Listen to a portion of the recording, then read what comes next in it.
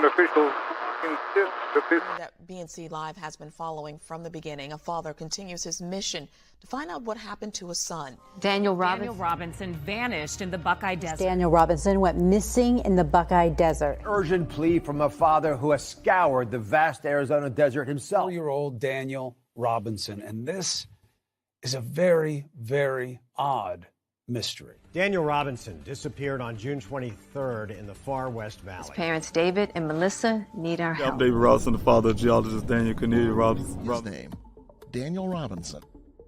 And leading the search, not law enforcement, but Daniel's father, David. God knows how much we can bear, you know, and at times I feel like I can't really take but so much more. Where is Daniel Robinson? And identify they were human leg bones. But you know what? It's still urgent to me as a father because, you know, we found human remains out here. David Robinson had only one thought on his mind as he drove the nearly 1,800 miles from his South Carolina home to Phoenix. I had to find my son. I also want to thank the volunteers that come out here every weekend, volunteering their time. And, you know, without these special people behind me, I wouldn't have a search.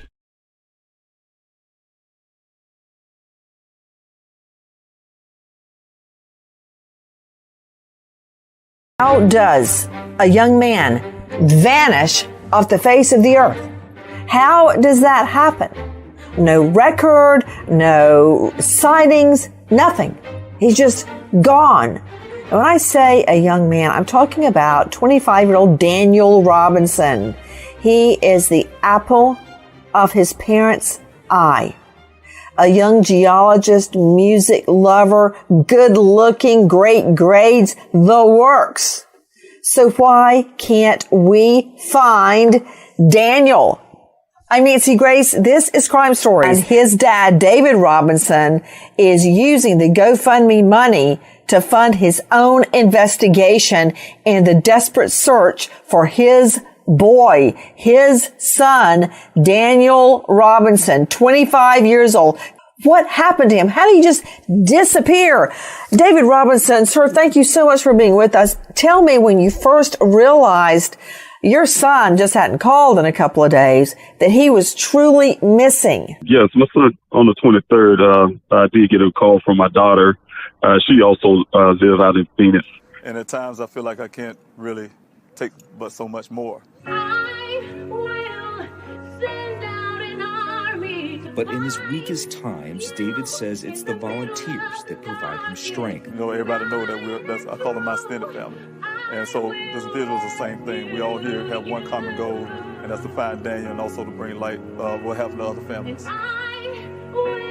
As the Robinsons' extended family light candles tonight, their collective light shines towards that day when their question is answered and Daniel comes home. Josh Sanders, 12 News.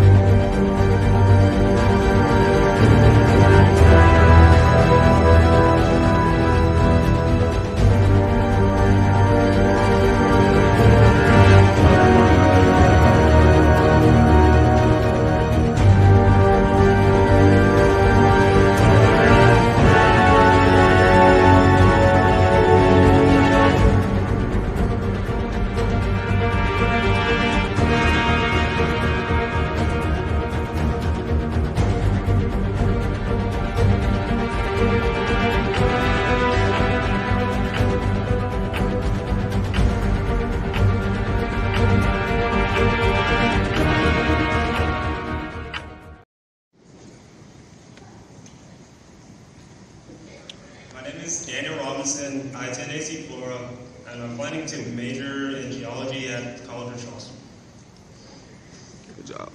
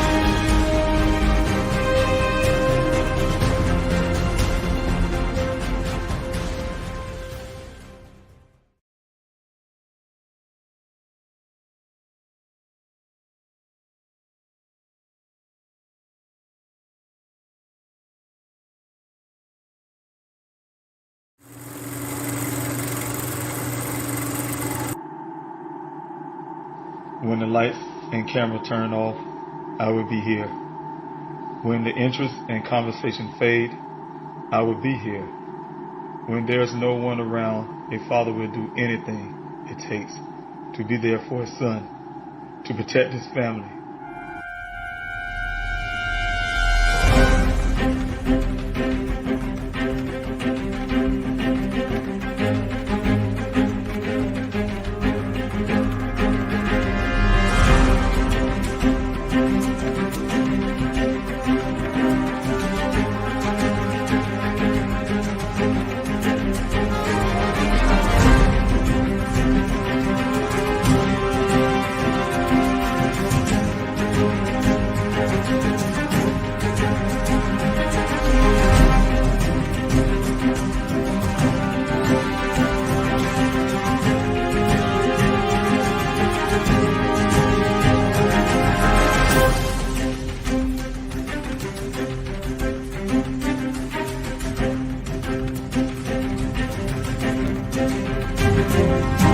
Daniel Robinson went missing 4 months ago. This is the last photo his family has of him. He's a 24-year-old geologist, last seen leaving his job site in Buckeye, Arizona. As the Gabby Petito homicide case garners national attention, another young person has been missing for nearly 3 months, and his family is desperate to find him. 24-year-old Daniel Robinson, a geologist, was last seen on the morning of June 23rd, leaving his work site in the desert of Buckeye, Arizona. David Robinson had only one thought on his mind as he drove the nearly 1,800 miles from his South Carolina home to Phoenix. I had to find my son. And I'm still searching for him. Thank you guys for coming in this evening's Q&A prime time. I really appreciate it. My name is David Robinson. I'm the father of geologist Daniel Cornelius Robinson. My son Daniel, a graduate of the College of Charleston. He's a native of South Carolina. He decided to go out into Arizona after he graduated from college in the field of geology to take his career, his education over to Phoenix, Arizona, where he could start his life, his career, his dream. Daniel, when he got to Arizona, Phoenix, Arizona, he landed a job with the company called Matrix New World. It's also called Matrix Southwest Groundwater. They hired him on. It's an engineering company that hired him on as a field geologist. Also, they call it a hydrogeologist because Daniel, geologist that's hired at that company, assigned to various well sites all across Arizona to assess water.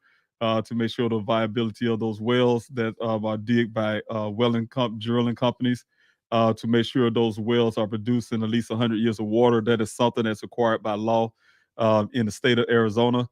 For communities being built, they had to have enough water for that community to sustain life in those communities. And my son's job is very important. And that's what his job is to do, is to see if those wells are able to do that, as well as the viability of those wells, the water has to be drinkable. My son, of course, you guys know the story. Most of you do, I hope so. But those who don't, my son was assigned to 2 well sites. Both was in Buckeye, Arizona. One was off of Verado Way area of I-10. If you go out west of Phoenix, about 40 miles west of Phoenix, Buckeye area. He went to, according to his job, to the first well site, where he decided to take pictures of logs. Also, he was assigned to a second well site. I didn't know what job is the entail of his job at the first well site, but according to his job, he was scheduled to go to a second well site. And the story, of course, has started from that point, you guys, from the police perspective and my perspective at the time. I was told by the Buckeye Police Department that my son was going out to meet another person at the well site, the second well site off of Sun Valley Parkway and Cactus Road. That was their first time meeting, of course. My son had to try to get directions to this location. But they said, according to this guy they did an interview with, and also what I ended up doing an interview with, he's working for a company called Weber. Weber is a drilling company that drills the well. But on that particular well, they was actually reopening those wells. And my son's job was to come in to, like I said, do those assessments. But anyway, my son I was told that my son was meeting him out on Sun Valley Parkway. Once my son got to that location off of Sun Valley Parkway near the Cactus Road junction north of that, they spoke on the road to Sun Valley Parkway for a quick moment. My son, according to that worker, followed him into that desert, the Sonoran Desert. They went 1 mile west, 2 miles north, before they arrived to that well site. Once they got there, it was around 9 o'clock, according to that worker.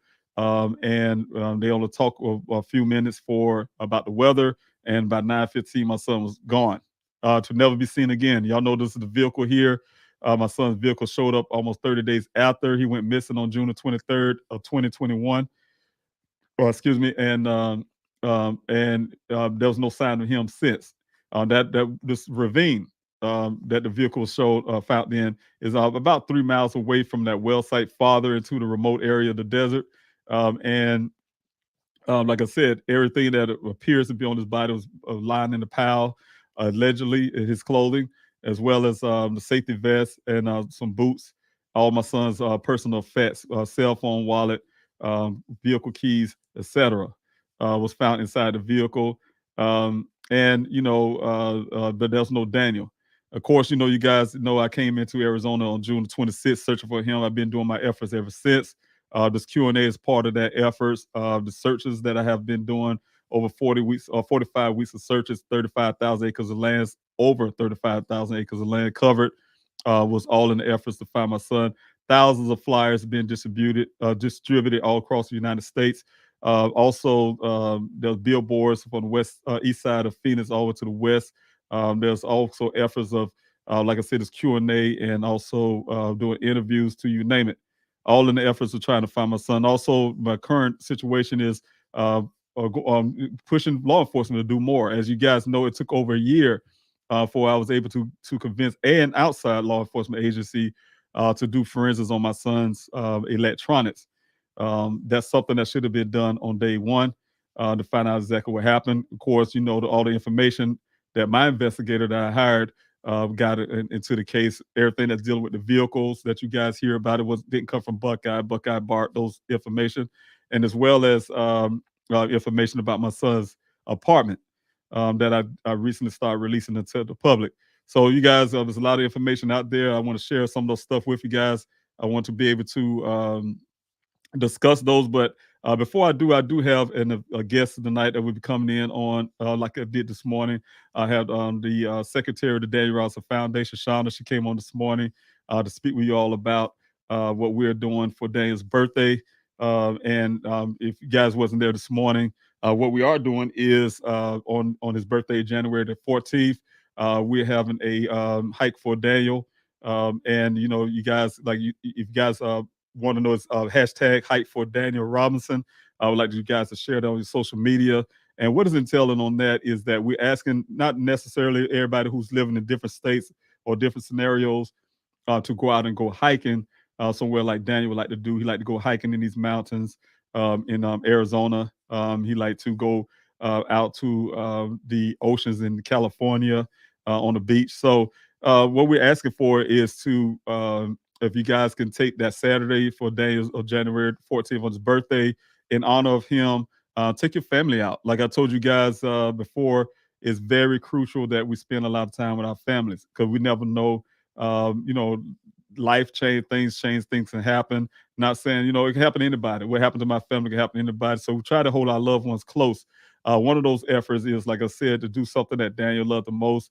He liked to be around nature. He liked to be a part of nature. He like to do things dealing with nature, whether it's going hiking, well, like I said, whether it's going to the beach, whether it's going spend some time with his friends. I think they did a little one type camping type deal. But whatever it is, whatever suits your fancy, what you like to do, we ask you to do that with your family in honor of Daniel on January the 14th. That's coming up not this Saturday, but the next following Saturday. Spend that time with your family. We like to see some pictures, you guys, bearing that hashtag hike for Daniel Robinson, to show, some of that support. And I really appreciate it, guys. If you can, I definitely would like to see you all, your pictures and stuff like that, to be able to share on his birthday. I will be doing my thing as well for Daniel, hiking. And, I'll definitely doing in honor of my son. Last year, if that's if we don't find Daniel before his birthday this year. But last year, I had to share a birthday cake with his sister in Arizona, who's living in Arizona. And she and I, we had the birthday cake for him, blew the candles out for him, and just celebrated that way. His mother, I'm not sure the way they're celebrating, but definitely, how they're celebrated. But definitely, I know they're definitely missing him. It's been very hard. So thank you so much, you guys. If you guys can do that for me, I really appreciate it. Again, like I said, I want to be able to bring in one other person. He's also part of the Daniel Robinson Foundation, and excuse me, and he would be on talking about some of the law enforcement aspects. I spoke about him before. He's a director for the Daniel Robinson Foundation, and but he's also my friend. He's also, like I said, as a police officer who will give his perspective from a police vantage, as well as his expertise when it comes to that matter. And also, like I said, he does a lot of other things. He's been there from day one. He's like an uncle for Daniel. You got the ladies of the Daniel Robinson Foundation as well. They like to call themselves the aunties. And, they've been showing a lot of support and helping me with my efforts, like you guys have been doing. Been definitely trying to make things a lot easier for me so I won't have to remember so much to try to take on everything by myself. So it's always good to have help. And I really appreciate each and every last one of them, my A team, as well as they are my board members for the Daniel Robinson Foundation. All right, and so right now I want to go over a recap before Lionel come on. He'll come on in about another 20 minutes, and before he come on, I want to kind of go through a recap of what I did this morning. You guys, if you guys can remember, I talked about the plan of action. If you guys can help me out with, I'm gonna put that back up on the screen again. I hope this internet is working a lot better this time. I do see a little small freeze up. But definitely want to be able to put this recap back up. I want to put the call to action back up, not the recap, you guys. So you can skip that one there. I want to put the call to action is what I'm looking for. Here we go. Here. Is that it? Nope. Okay, there we go. The call to action, you guys. If you guys can help me with this is one of the things I'm really pushing for. Is part of just the whole efforts I'm doing currently, trying to help for my son.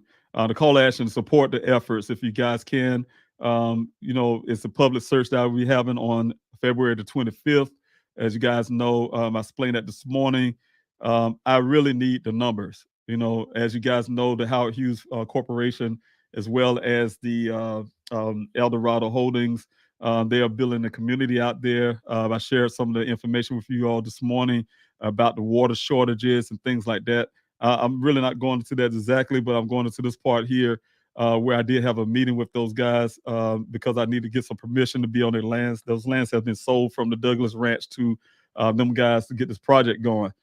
I did get to talk to them.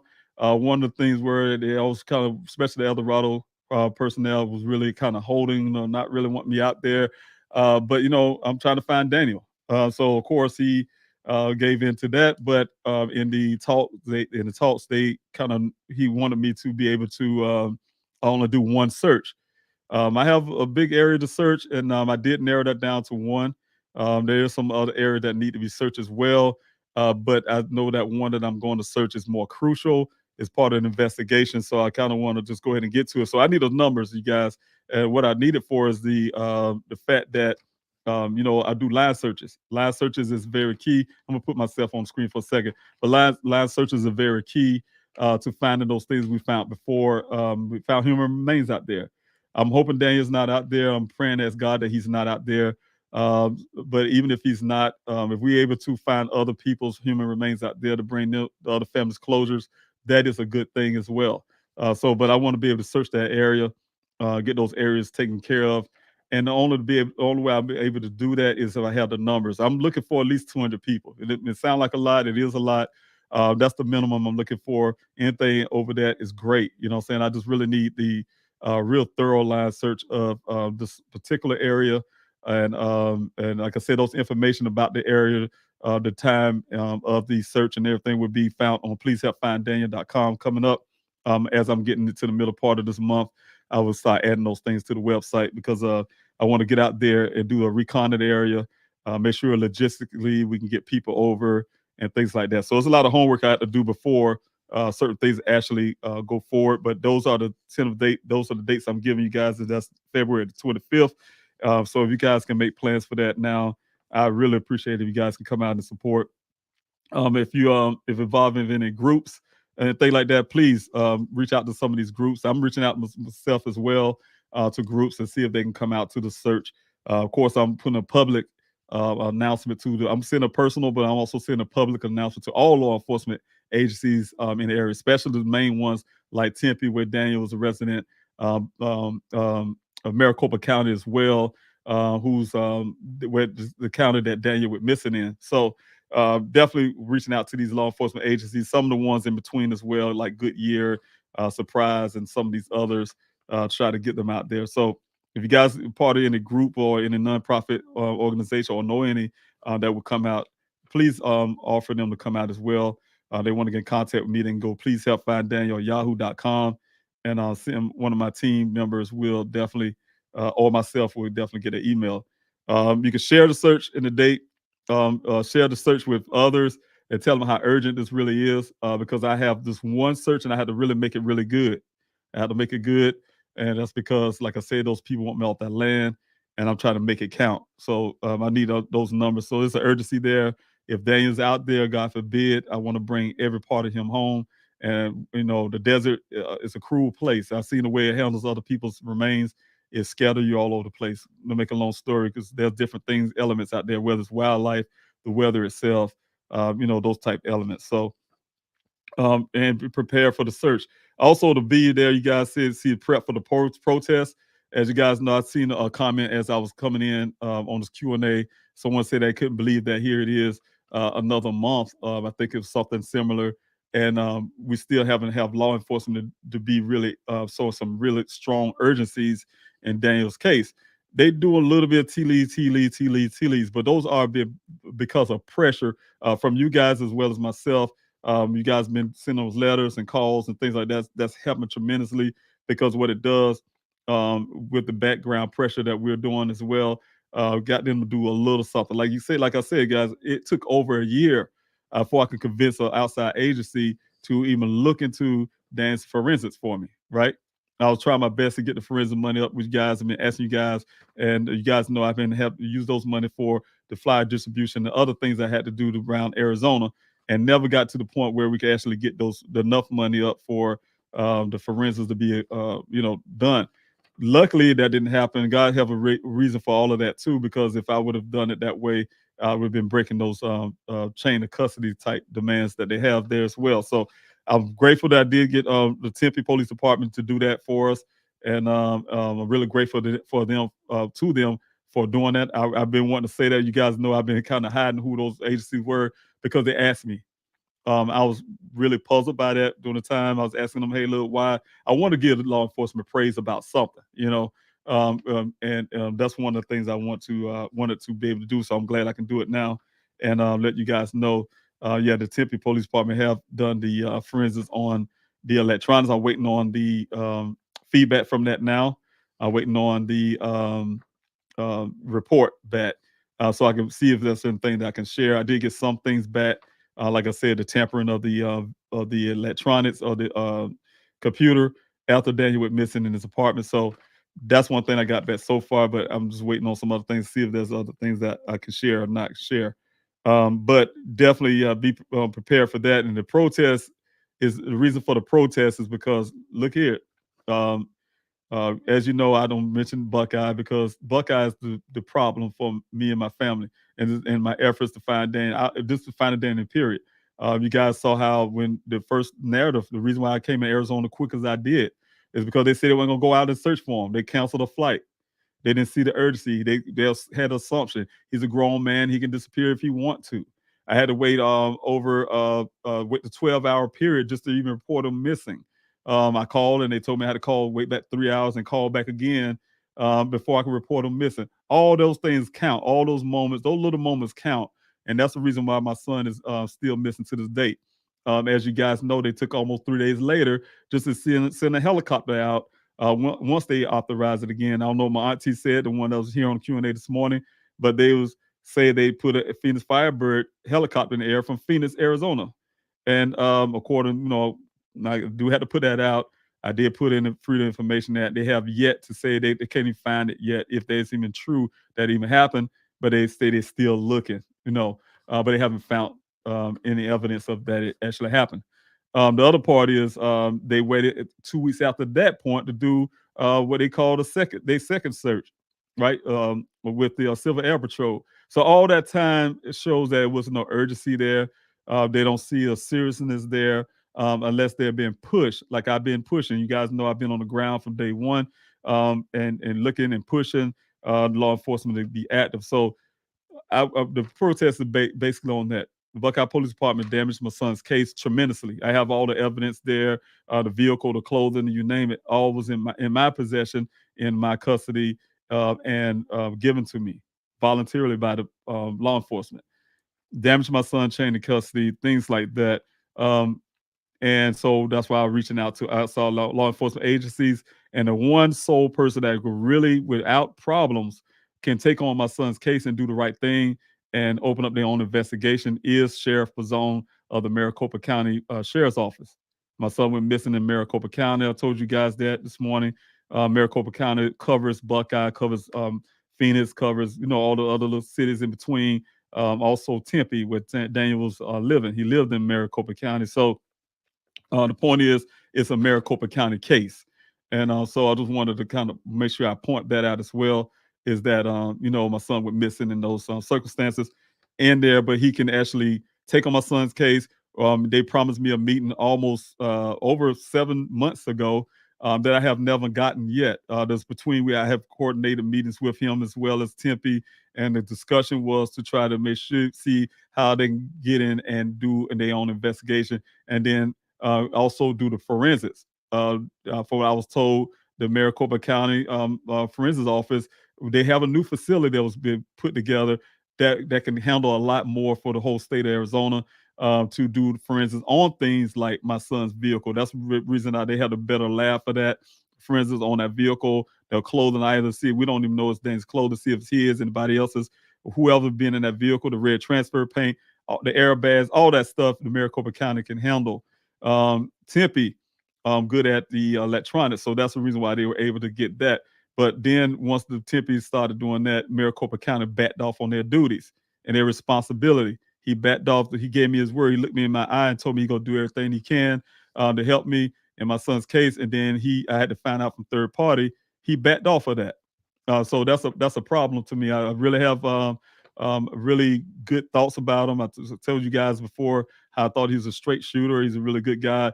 Gave me a great impression. But when a guy look at me in my eye and then don't keep his word, then start making me look a little different at them. So, but the point is, the protesting is to get the Maricopa County to do the right thing and take my son's case and start their own investigation. And because they can do that, it's no excuse. It's no and only excuse he have given me personally is that he don't want to look like the bitch sheriff coming to town taking over. And he's an elected official, I guess the reason why. But that's beside the point. My son is missing. His life is at stake.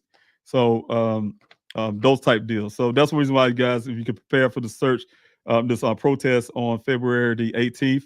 That's a typo on the screen there, but it's February the 18th of 2023. This next month, you guys. That's the date. Preparing for that in contingency if Sheriff Pazone do the right thing. But I need to promote it on social media, guys. If you guys can do that for me, as well as use the hashtag justice for Daniel, the hashtag on your page while you're doing that as well. That would help me. Also, the calls again, you guys, the information right here on the page. You guys can call and write the Maricopa County Sheriff's Office and demand them to open up an investigation into my son's disappearance. They can. There's no excuse about it. They can do it. It's nothing stopping them from being able to do that. Also, like I told you guys, on that date, if it come up to that date, I would be out there at least an hour and a half, 2 hours early. If you guys want to come and help make some of those protest signs and things like that. So as we get closer, you hear more information about things like that. Also, the outreach, the ambassador program, I'll still be doing that tomorrow at 5 p.m. Arizona time, 4 p.m. Pacific time, and that's 7 o'clock p.m. on East Coast. If you guys can come tomorrow. I apologize for everybody who came last week. I had some issues with the internet. I was unable to get on there. I had some other matters happening as well. And so I apologize for those who probably tried to get on last week and I wasn't there, and I said I was going to be there. But I would be there. I have anything I could see that's going to be a problem for tomorrow. The internet, I'm still having not too much problem on Zoom. Seems like it's okay. For some reason, this I'm starting to think now it may not be my internet. It might just be StreamYard not really pulling that bandwidth. But definitely, saying I would be there tomorrow. I don't see no problems with the company I use for the Daniel Robinson, the Please Help Find Daniel website. They fixed the problem for me. You guys can see that if you go to pleasehelpfinddaniel.com now, you can see everything's back up and running. It was down for a few days over the holidays, and but now it's back up and running. And I'm go in and add some more details to it. So thank you guys for listening to everything I had to say. If you guys have any questions, you want to request flyers and things like that, hit us up at pleasehelpfinddaniel@yahoo.com. One of the team members, myself, Sophia, that you met, she will send those flyers out to you. If you want to do them yourself, you can go to pleasehelpfinddaniel.com and utilize that PDF. Until Larnell come on, he should be coming in about 5 minutes. You guys, we'll go ahead and just let's see here. So thank you guys for coming in this evening on this evening Q&A and sharing your time. You could have been doing anything else, but you decided to come in and support this channel. If you're new to the channel, please, by I mean, you can do it now. That will help the algorithms, that help this channel grow. If you could just do simple, just like, share, and subscribe. You know what I'm saying? If you guys can do those 3 things, that would help the channel a lot. We was at 2.18 thousand subscribers now.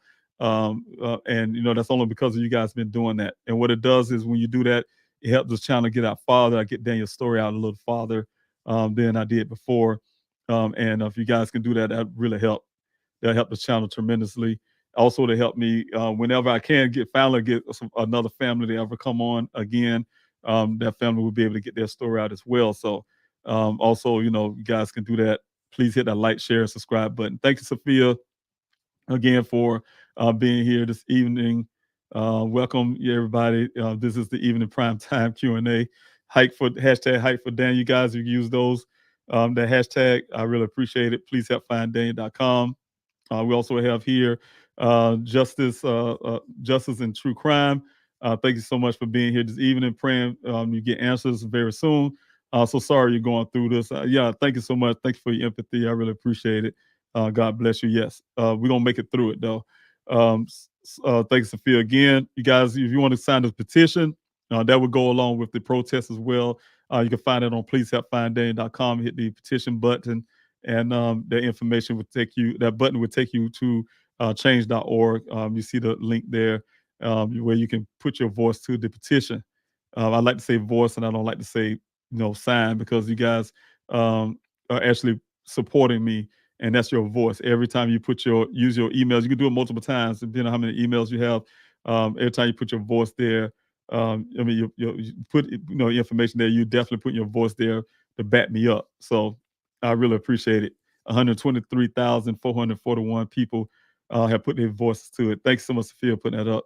Lola, thank you so much for being here this evening. That's right, hashtag hike for Daniel Robinson. Thank you so much, hashtag please help find Daniel. I really appreciate it. Thanks so much for the hashtags. I really appreciate it. And also, you guys, you can donate as well. GoFundMe is on pleasehelpfinddaniel.com. It's under the donate button that will take you to the GoFundMe link as well. Thank you guys in advance for those who have been supporting. And I will be giving my thanks. I'll be going back in and go to the GoFundMe and really thank you guys for your constant support. And I really appreciate it. So I wouldn't have gotten this far in this effort for Daniel if it wasn't for you guys. And then you guys have done that from day one. You guys have held up the searches to the distribution, to my ability to remain in Arizona, and also to do my own investigation into Daniel's case, as well as hiring an investigator as well. So thank you guys for all that you have been doing. Also, Sophia putting a lot of information up here. Thanks, Sophia. You can print the PDF, print the flyers with the PDF on pleasehelpfinddaniel.com under the PDF page. Also, there is a non-search volunteer sign up. You guys live in some other state that you can't make any efforts to help with Daniel. You want to do something to help. You can also hit that non-search volunteer sign up and just put your skill sets there. A lot of people have. The Daniel Robinson Foundation is here now. May be able to help with the foundation as well. So please put your skill sets there, and that will help us, see what you can do also to help us. Well, there's always something to do and something you can do to help with the Daniel Robinson efforts to find my son. Also with the Daniel Robinson Foundation that was there to help other families as well. Pacific Breeze, thank you again for being here, and I really appreciate it. Hello to you as well. Let's see, Aussie, thanks so much for being here. God bless you for coming out here. Rachel Arnold, thank you again. It's hard to believe yet another win. This is what I saw. Has passed without any movement from or help from law enforcement. How many more must go by? justice for Daniel Robinson. Yes, justice for Daniel Robinson. That's why we have this protest. It's going on 2 years. It's been a year and a half now, going on 2 years, and I still haven't seen the urgency. I'm gonna put something up, you guys. If you guys can stay here on the Q&A when Larnell get to come on, there is a policy that law enforcement with Buckeye have, and I want to give. I hope she's here. Navy girl, ex Navy girl, 81. She sent an email some time ago. We was able to get some of those things and go back through some things that we missed somehow. And I really want to tell her, first of all, ex Navy girl, if you're here, thanks so much for giving that information, and have us just decide to go look at this policy that the Buckeye Police Department have. So I'm about to share that with you guys shortly. Once I talk to bring Larnell on, if he can make it this evening, bring him on, and just definitely want to be able to talk about that. Okay. Let's see here. Let's see here. Who else I got here? Thank you, guys. I just thank everybody. I want to say thank you, everybody, because I don't want to miss anybody. Let's see here. Maui girl. Thanks so much for being here off the let's see where your YouTube side, and also Valzel. I'll be messing these names. I'll tear your names up, people. But thank you so much for being here, and being on the YouTube side and supporting. So God bless you for being here, taking your evening and joining in this Q&A. Thank you, cousin. I have my cousin Gwen here. Cousin here. My auntie was here this morning. Maybe smile. Now I have my cousin. I want to literally call her my cousin, but I call her my sister. We grew up in the same house, so might as well say we're brothers and sisters, but biologically we're cousins. Thank you, Gwen, for being here. I love you so much. You already know that. Thank you. That really put a smile on my face. Was there something going on they didn't want him to find out? And we're going to be talking about that pretty soon. We get ready to talk about that pretty soon once I have a guest on. And I talked about that this morning. I may be able to talk about it. I might have time to talk about it tonight. If not, I'll put it on the next Q&A. But I did this morning talk about that, Gwen, a little bit about the water problem, water shortages, and things like that. Thank you, Lois, for being here as well. I see you, Larnell. I'll be coming on in a minute. I'll put you on right now. I really appreciate you coming in. Lois, thank you so much for being here out of North Carolina and moderating and helping with the chats. So I really appreciate it. Hello, everyone. Hashtag fast and prayer for Daniel. Hashtag hype for Daniel. And make sure you guys put hashtag, when you put the hashtag hype for Daniel, at the Daniel Robinson. Reason why we want to do that, because we want to make sure it be specific to the Daniel Robinson. So you guys can hashtag hike for Daniel Robinson. And also thanks again, Pacific Breeze, for being here, and everybody else. But I'm going to stop here, Pacific Breeze, right now, and I'm going to let Larnell in. Like I said, we want to talk about some things from the law enforcement side of stuff. And Larnell, if you give me 1 quick second, I'm going to pull up something real quick so everybody can see. And I'm going to point this out, and then I'm going to bring Larnell in, and we both can talk about the stuff real quick here. So I want him to be able to kind of elaborate on what I saw that came from ex-Navy girl 81. Sent this to me to look at. This is the Buckeye Police Department's policy and manual when it comes to missing person procedures, right? And I was going through it, and I see some things in it like, man, if they only would have did those policies and those procedures, I think we could have had a different outcome in my son's case of finding out what happened to him and things like that. So I'm going to go through it with Larnell in a little bit. Okay, he's gone right now, but he'll come back. And I'm definitely going to go through that. And I can go through some of it now until you come back and share that with you guys. If you guys can hang in here. This is the policy and procedures for the Daniel Robinson, for the Buckeye Police Department. The Buckeye Police Department have a policy that they're supposed to go by, and for missing persons. I'm just going to go over some things that I've seen in here. You guys can probably check this out later. It's a policy 332. And you got a whole line of policies over here on the left side there. But I'm going to go through these policies and this policy here, and show you some of the things that was out there pointed out to me. And it made me a little angry. Because the reason why it made me angry, because I see, like I say, the failure that's there from their own policies, right? Okay, the definitions, they go through the definitions. We all can pretty much know what a missing person is. Non-family adoption, family adoption, non-family adoption, missing adult, person over 21 years old, things like that. But then they have the policies. Then come down here.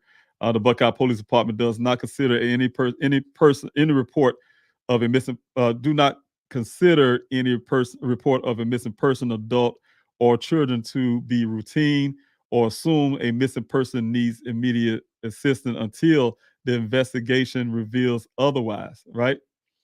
The department gives missing person cases priority over property related cases and does not require a specific amount of time to have passed before beginning the missing person investigation. That's already red flag. They say they have no time. In other words, there's no wait to 12 hours and things like that, right? But yet they broke this on day one with me.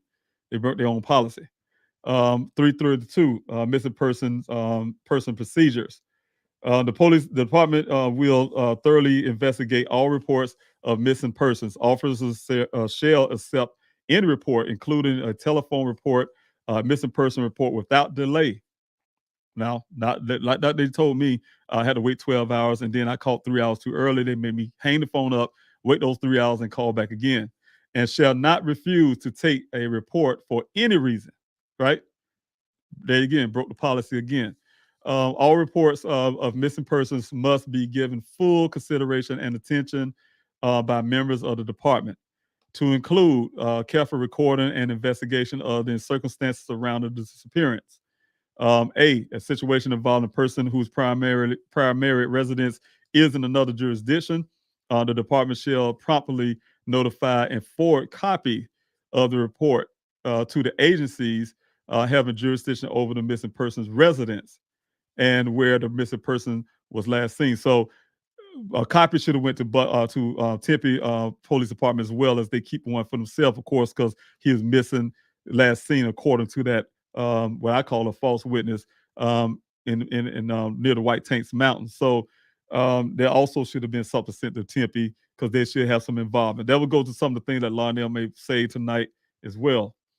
If the missing person is at high risk, the report must also be forwarded within more than 24 hours to an agency having responsibility for a jurisdiction where the missing person was last seen. Of course, there was supposedly being last seen in Buckeye at the time.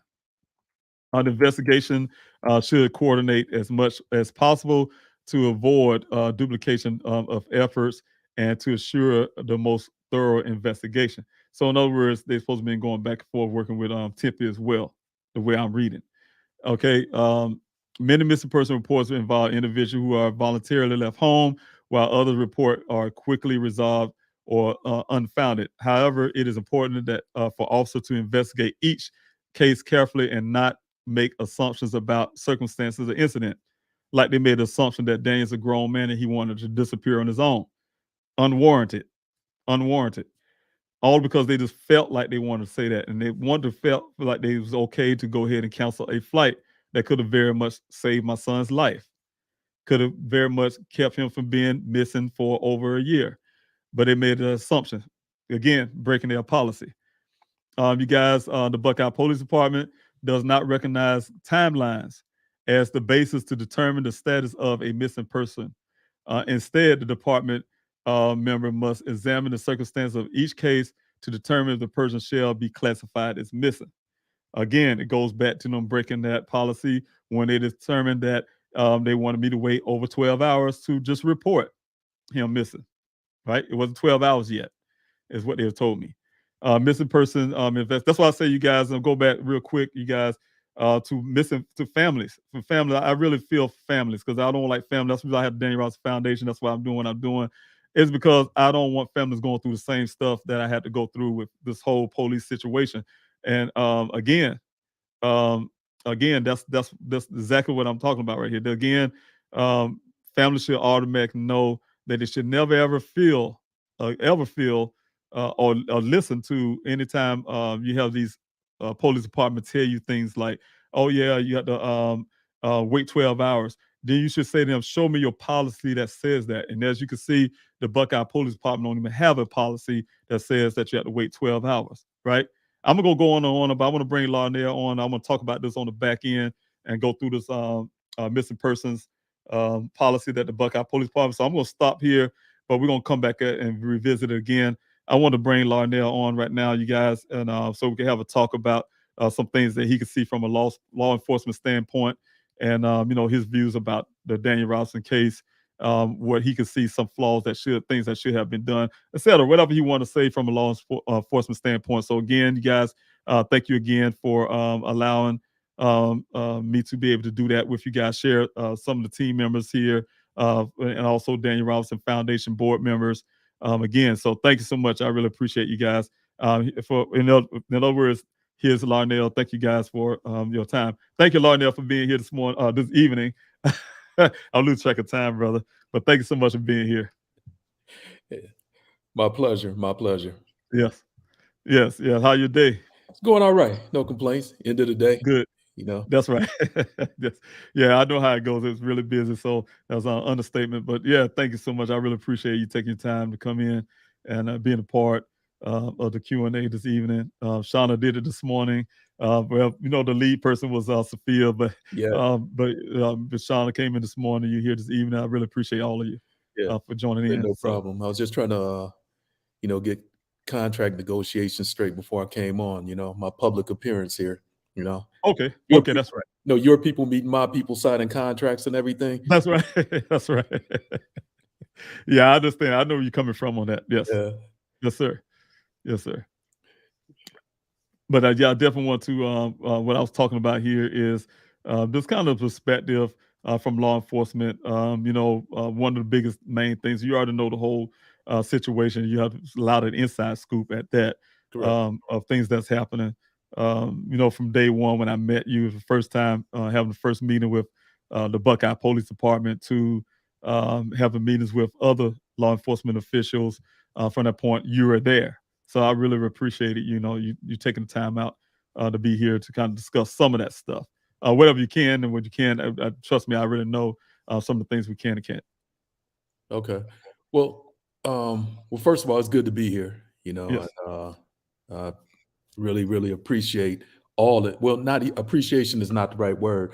I admire everything that you've been doing. And, from day one, when I met you, that was 18 months ago now. Yeah, it's been a long time. You've been on the ground fighting for Daniel. And like I tell everyone, you're doing things that you should not be doing. You're doing things that the police should be doing. And, a quick reference, like you said, I am a retired police officer from Illinois, just outside of Chicago. And, where I worked for 23 years. And I worked on cases like this, missing person cases and all of this stuff. And, the day that I actually met you was at Buckeyes PD, that day when you had that meeting with Larry Hall, Chief Larry Hall, and the detectives and the assistant chief. And that day when I walked in there, I knew what to expect. Because when you asked me to go, I knew it would be, if I wasn't there, you would be surrounded by all of them. And it's that intimidation factor. And when I first walked in there, I could see it. It wasn't an atmosphere of, we're here to help you. It was an atmosphere more of, we're here to tell you what's going on, and not from a police standpoint, just from the fact that your son is way out in left field. We don't expect to do this. We're not going to do this. And they just started throwing out all that crazy stuff. All the stuff about him possibly going to a monastery, and all that other crazy stuff about the concussion, and just stuff that should not be done by police officers to a victim's family. And Daniel is a victim. You guys are a victim, and they've never treated you that way. And that just the unprofessionalism, it's just incredible. It's incredible, but it's sad to say it's expected, in situations like this, because you have to see people as who they are and not speculation. See Daniel as a human being. See Daniel as a person that may be in distress, may have come into some harm, but they never did that. They just lied from day one. And here we are, like I said, over 18 months later, And what has Buckeye Police Department done? Absolutely nothing. And so one thing that I do is every day I go on to their website, and they're posting stuff all the time, all the good work they've done for Christmas, you know, the toy drives and other missing people that they're looking for and all of that stuff. I always leave a comment, you know, this is great, you know, that's cute. What about Daniel Robinson? And I get some crazy people coming at me. You know, somebody the other day told me that they talked to their mother, so I don't know how old this person is, and they believe that I'm getting paid. And I'm getting paid for what? That was my question. I asked additional questions and never get an answer. But it's just the stupidity of all of this stuff. And it just goes back to seeing somebody as a human being. And from the police standpoint, just do your job. That's all you have to do. And like you were just looking at the policy, just do your job. They make stuff up. This 12-hour stuff, that's something that somebody saw on TV. Nobody trained them to say anything. They just say anything. And it's just ridiculous. It's ridiculous. We go through this stuff. You're right. Yeah, and that's exactly how I feel. Just by you being, I want to back up that part too. When you're there, that was support. You're right. Because that could have been a very intimidating moment. You got all this law enforcement around you on your left and your right. They all carrying their sidearms. So yes, of course, those are very intimidating areas. Right. It's intentional to get the upper hand, to show you who's the boss and all of that. And like I told you before, when I first met you that day, I explained to you my issues with Larry Hall from past, you know, conversations I've had with him. And he's a bully. He's an egotistical bully. And I knew, again, when you were going into that situation, how it was going to be, you know, set up, the dynamics of that meeting. And so I was glad to go, you know, I was glad to go because I did not want you to be there by yourself. You know, right, exactly, right, and that helped out a lot. Like I said, that really helped out. Also helped out with you know, me being able to keep my head, like you said, level-headed more. So I did feel like I had someone there. You know, of course, we represent about 5 or 10 of us, just being one person. Correct. So a lot of time, a lot of instances, and so to be able to hear some of those sly remarks, for instance. I was able to come back at them with certain things like, hey, how you know that's Daniel's driving that vehicle? And the response is, it's his vehicle. Of course he was driving it. I mean, that's ridiculous. Things like that, just being smart and like you said, think they're cute. Just being able to feel like they could say anything to a person because you're law enforcement.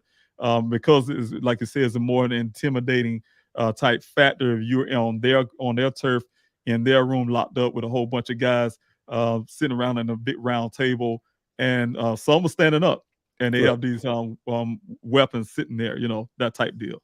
Oh, it can be intimidating, and that's part of the thing too. Because when we do interviews, you know, you put somebody in an interview room, and you want that intimidation factor, you want that upper hand, and it shouldn't be again in a situation like this with you because you're a victim, you're not a suspect. So to put you in that situation, I think I heard before where you said when you first went to Buckeye the very first time, you and your daughter were put into an interview room. And you know, it's still, they've shown no sympathy, no empathy for you guys whatsoever. You know, the chief, Larry Hall, what is his name? Detective Biffin, the sergeant, none of them have reached out to you to just say, we're working on this. You know, we understand this is difficult for you and your family, but we're doing this, that, and the other. And the simple fact is they can't because they haven't done anything. Right. You know, all of us know that everything that they're saying that they did comes from you. Right. You know, that timeline that they have on their page, all of that is your work. And again, this is something that you should not be doing. You know, all the evidence, all of the stuff that you've been, you know, GoFundMe, just all the evidentiary work that you've been doing, that's the stuff the police should be doing. And then I also look at it this way too, that why did Buckeye take this case? You know, because police departments, they're notorious for if somebody walked in the door and said that this, that, and the other happened, the first thing they're going to ask, like they did with you in Tempe, where did it happen? As soon as you said Buckeye, they told you that's Buckeye's case. So Buckeye would have told you if this was a normal situation, no, it's Tempe's case because Daniel lived in Tempe. But there's a reason that Buckeye took this case. And I believe personally that Buckeye took this case as a cover-up to everything that's going on within this whole situation. And eventually it'll come out. You know, it will. always does. It always does. And it will, Lionel, you know, some of the inside details that I do have, and I did share those details with Maricopa County Sheriff's Zone Office, as well as the Tempe police offices. The rare term I use is conflict of interest, and I have the reason why I use the conflict of interest on purpose is because of those evidential things that I did pull up. I was waiting on law enforcement, outside agencies, FBI, everybody else, Justice Department to catch up to the curve. When I say catch up the curve, I'm not. They should know what I know. I'll just put it that way. And those are the things that kind of irritates me the most. Like you said, doing the work on the ground. It's simple things that police could easily done. One of the things that bother me the most is the fact that things being put out of place when I listen to their policy is to if they would have seen this urgency of Daniel's case. They would have got those cell phone pings. It would have been no, oh, well, judge ain't going to sign off on it if we apply. Well, try anyway and see what the judge would do and try to get a cell phone ping, get the information off the Uconnect, everything that I needed. If you think about it, you look at the whole reality of the scheme of things, everything that can locate Daniel in those points, somehow the Buckeye Police Department couldn't get, whether it's pictures on video camera, him ever leaving his apartment ever in life, driving to work, the cell phone pings, like I said, the Uconnect, whatever. All the information, somehow the information on the cell phone, the Google search history, his location on the Google stuff wiped out, everything. And they said it's not foul play. So the point is, I'm saying is everything's real convenient there to me. And nobody had those cell phones. Nobody had this stuff, access to some information but that department at the time. So long story short, it's really difficult, very difficult, just to see how police, and I have people like yourself and other law enforcement all across this country, Jeff McGrath as well, as law enforcement officer, apologizing for what Buckeye, they see the same things the way you see it, the way they've been handling. I have some people from Europe, law enforcement officers apologizing for the way Buckeye's handling this case. And I agree with you, and I understand that from law enforcement side, the way you see it. Right. And the thing is, the apologies are good. And, we know as police officers what they should be doing and what they haven't done and all of that stuff. But the thing is that Buckeye is at fault.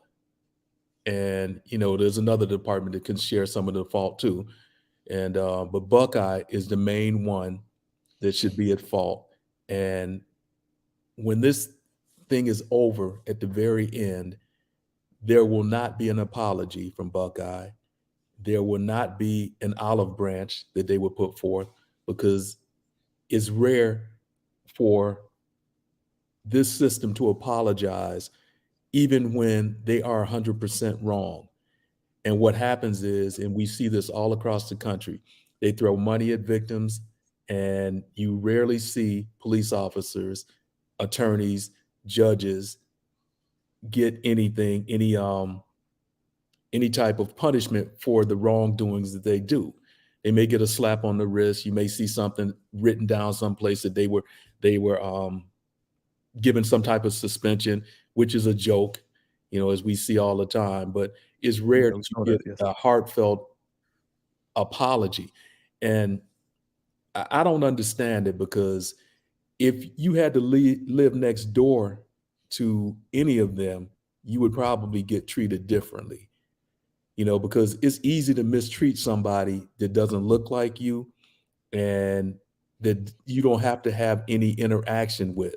Like if you walk into the local Fry's and you ran into Chief Hall and he knew you, that would be a difference. But the chances of you running into him, any of us actually running into him, is slim to none. So it's easy for them to mistreat people that they don't have any type of interaction with, any type of respect for. And that's one sad thing about policing. You can't internalize every case, but you can put 100% effort into solving that case. And as police officers, detectives, you prioritize. And for them in 18 months, over 18 months, not to give you your due diligence in this thing, except for to try to lead you astray and treat you like you've done something wrong. There's no excuse for anything like that. And I don't see how they sleep at night. That's something evil people do, you know? Because even when I was working, one of my big things was I always put my entire effort into every case. I don't care if it was a missing bike or we were working on a homicide, because I never wanted to retire and not felt that I did my best on every case.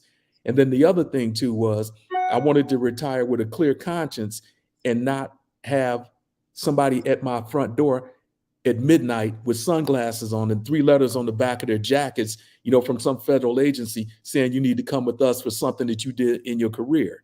So it's just accountability. And there's no accountability within Buckeyes Police Department. None. I have absolutely no faith in them.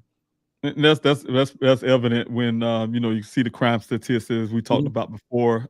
Chief Hall was seemed like he got promoted instead of discipline. It was a few days suspension for falsifying documents from the department, as well as the other officers stealing information from citizens. That type deal. Just the corruption that's going on in the department. But that same guy, being able to stay there.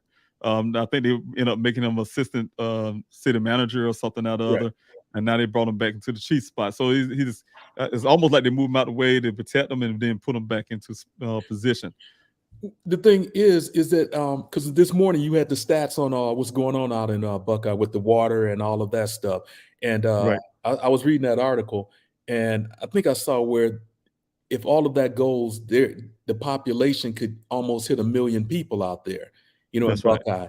And so you get 1 million people in Buckeye, or even that 800,000, I think I saw, everything is going to have to change. That police department will become a major police department. And everything is going to have to change within that police department, because everything is going to escalate. Everything is going to skyrocket, you know, with professionalism, be it if they actually do it, or corruption. All of that is going to increase. And at this level, where we are right now with Buckeye and the way they're going, the things that I've seen, I can see the escalation would be more corruption. You know, because look at what happened when we went to the city council meetings. They gave you the 3 minutes to talk, and then, okay, go away. You come back the next time. You give you 3 minutes. Okay, go away. Next order of business. The mayor hasn't reached out. None of the city council members, nothing. It's just like, we want Daniel Robinson to just go away, and that's it. And I thank God that you have not gone away. You stood there and fought. You know, and I admire that. And I'm going to be a thorn in their flesh, you know, until I get what I need for my son. It's all about Daniel for me. But yeah, you're right. That's exactly how I felt at that city council meeting. I still feel like that to date. You know, the cold eyes. I remember, like it's still in my brain, looking at these guys sitting at a city council stand up there, look like I'm looking at statues. Like I said, that face expression would say, "Hey, what you're doing here, I don't like you," or something. But it was so cold and stiff, and no emotions, no type of empathy there at all. I was talking to a brick wall, basically. That's exactly what it felt like. But like you said, even after that, the many times that, no matter how many we're doing a service. The searches I have started is a service for the Buckeye city of Buckeye, finding human remains, bringing some closure to other people's family, finding suspicious items out there that they can investigate as well. Covering Daniel's case, just the whole fact that we're out there was doing a service for the Buckeye community and the city. So they should be thanking me. The mayor should be thanking me for being able to find those human remains with the volunteers. As well as, but they haven't even done that. I'd rather for them. I'd rather see what they really feel. I would have been better to hear them say, "Hey, I don't like you. I want you to get the hell out of here." You know, I'd rather for you to say that than not to say anything at all. For one thing, but that's exactly what it feels to me. Without even saying anything, that's exactly what it feels. No empathy, no love, no support, no my condolences. oh, thank you for your efforts out there in the desert, whatever the case may be. It was that type of deal from the city managers, the mayor. I'll call all them out, assistant mayor, all those who's attendance to those city council meetings. It's like the good old boys city council meeting. And that's exactly what it was, because and then also look at the fact that you're a veteran. You know, you've served this country, you put your life on the line for this country, and this is the kind of treatment that you get. You know, so what is that saying about them? And I'm sure, I don't know how many, but I'm sure there are police officers on Buckeye's force that were in the military that have served. Right. But right. you look at all of these things where, you know, you have something in common with them, but why can't they look at that? Okay, I'm a veteran, he's a veteran. Let me do a little bit extra. Let me do what's right. Let me do the humane thing and do my job. Or, you know, I have a child that's the same age as Daniel. So if my daughter went missing, how would I feel? So from that, all these different standpoints, but it boils down to back to just do your job. That's all we're asking. That's a job, right? But, and the thing is, it gets to that point where it's like you tell one lie and you got to keep telling lies to cover up for that first lie. And so it goes circular where you're not doing your job, so you can't circle back and start doing your job because you've already got to double down, right? And you double down on your ignorance, you double down on your laziness, you double down on your just inhumanity, and so it just keeps going until you actually believe in your heart, in your evil heart, that you haven't done anything wrong. And I've worked with people before that right now, I think their past is catching up with them mentally. You know, you can't continue to do evil and not feel it at some point. You're going to have that come to Jesus moment at some point in your life. That's right. You know, so that's right. That's right. You know, you're a hope so in a way. I want to kind of back up. You said something about the military. You know, of course, I have served. I've been in 2 tours in Afghanistan. I suffered a brain injury. Of course, you know about that, as well as some other things dealing with the military. However, you know, one of the biggest points for me is to know, and I'm saying this, and I know a lot of people who's listening now, they're part of the military as well. They probably can vouch for this, but it's all kind of people in the military. We all say we are green when we're out there in the deserts of Afghanistan defending each other. We look out for each other. We got each other's 6 and 12. And the thing is, but doesn't change who you are in your heart and your mind. For that moment, yes, because they are dependent on you. You're dependent on them. So yes, we'll call ourselves green. We're brothers, almost like a truce. The word green to me is a truce because there are the skinheads in the military. There are the white supremacists in the military. There are gang members in the military. We know that. We have the CID departments have to weed a lot of those things out. Those guys come into the military, say they serve the country, they come in and get their training, and they take it back to their militia groups and things like that they're a part of.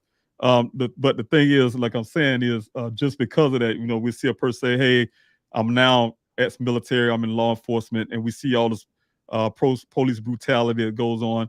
It don't change the mindset. These guys came from the military into law enforcement with that mindset they carry from where they're coming from. They're taking that same training to. So that's what I'm saying. That's where the problems lies as well. Yeah, I'm not pushing off and saying somebody's racist or whatever case may be, but sometimes they have racist behaviors that would suggest things like that. So that's what I'm coming from when I say military. It don't really mean anything when people say, and I know it's almost like me, I think that you listen to people look at the police report and they say, oh, because they had a gun in the bed and they call themselves police and they this, we should listen to everything they say and take them for truth and take their word for it. No, I don't say that with anybody, whether you're law enforcement or in the military. No, I do not. People are people, and you have to ask questions. You have to look at the reality and just don't close your eyes and put a shutter there and just take people's word for anything. I don't do that.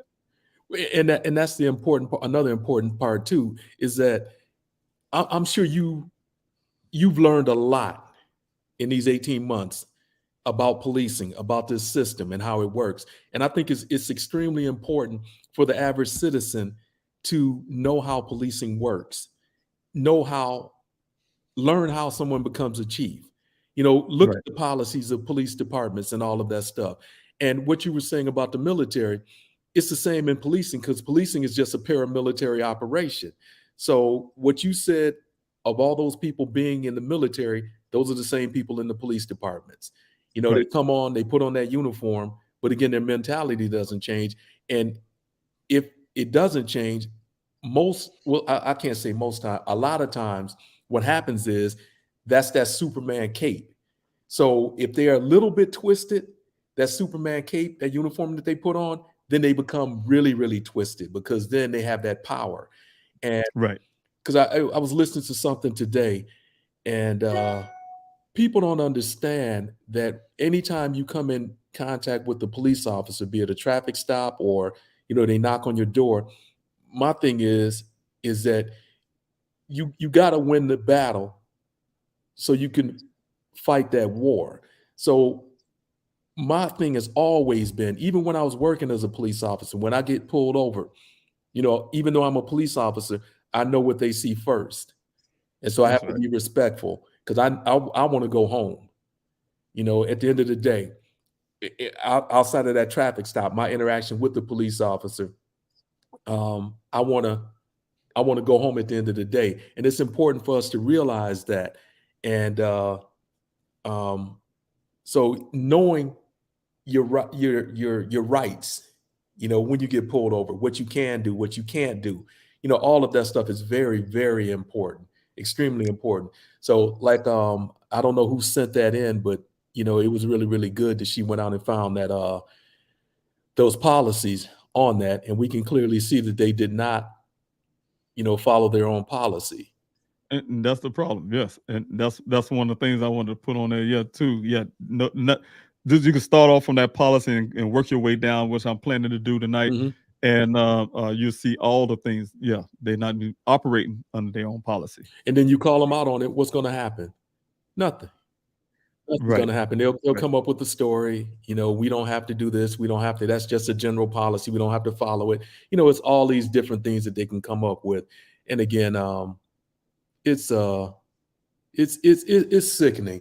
And again, that power goes to your head. And if you don't, it can easily go to your head. You got to be grounded with this stuff, because you misuse that power. And what one thing that's happening now that I'm really, really in favor of, it's not to the degree that it should be, but there is a little bit of accountability for some police wrongdoings, because we're actually seeing police officers going to prison, getting extended prison times for the murders that they commit. And That's right. So that's really, really good. And I hope it continues to where it's not just murders. They're held accountable for everything that they do wrong. They're not given a slap on the wrist for doing you wrong as a citizen because they pulled you over and beat you up. They pulled you over and kept you there in the sun, or especially out here in Arizona. One thing, when I first got here, I was amazed at, if I see a traffic stop or something, they got people on the hood of the car or on the ground. And we know in the summertime, Right, it's yeah. burning up out here. It's That's hot, a yeah. form of punishment. So It is. it's astounding. It's astounding. You talking about the police hood or their vehicle? Them Correct. hoods get hot. I Yes. remember when I was a kid going to meet my girlfriend downtown. I jump off of one city bus. Another one was coming the other direction. I wanted to go home, grab my jacket real quick to get. I had a plan Right. to catch the other bus as it's coming the other direction to get back downtown. I was running across the street and I hear a voice say "freeze," and it's a female voice. They had me walk backwards with my hand back here and that thing. They told me to put my hand like this. Yep. And next thing I remember, my face coming to the ground. Bam. Yep. Straight to the face, to the ground. Pick me up, slam me against the car, put me on that hot hood in my face, and that hood is hot, really hot. And they held me there.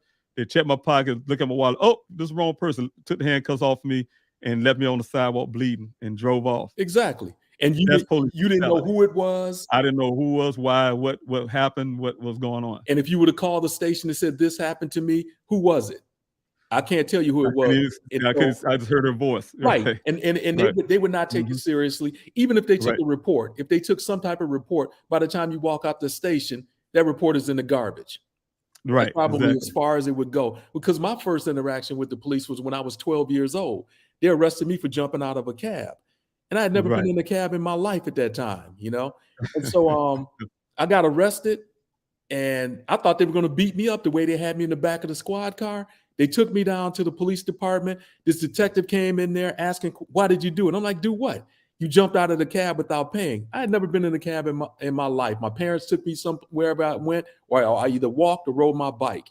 And the ironic thing is, I was 12 years old at that time, and never in my wildest imagination did I ever think I would be a police officer in that same police department.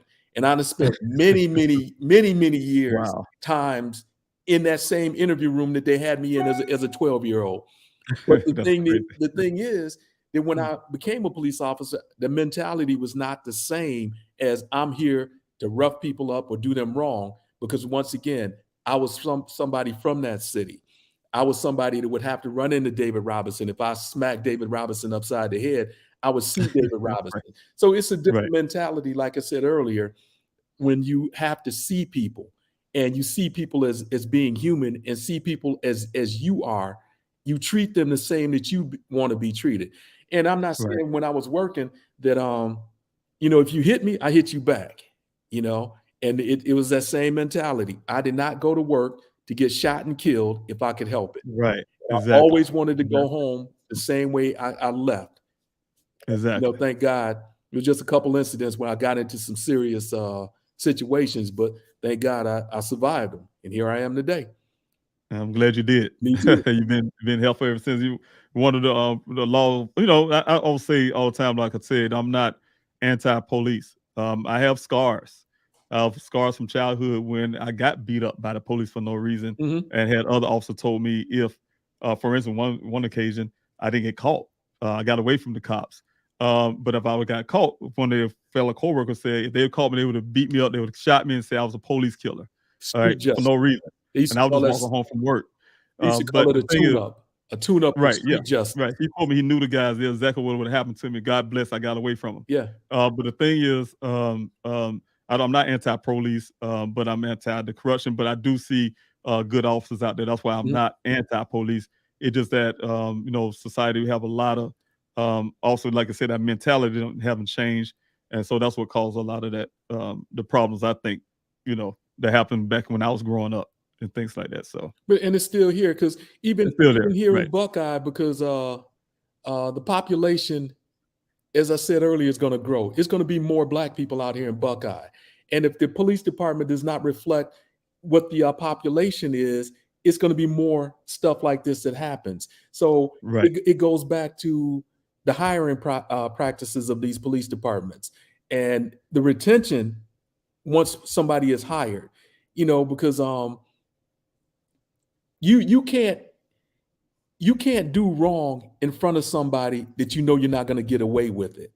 And I'm meaning if, as a police officer, if they know that I'm not going to stand for something, they're not going to do it in front of me.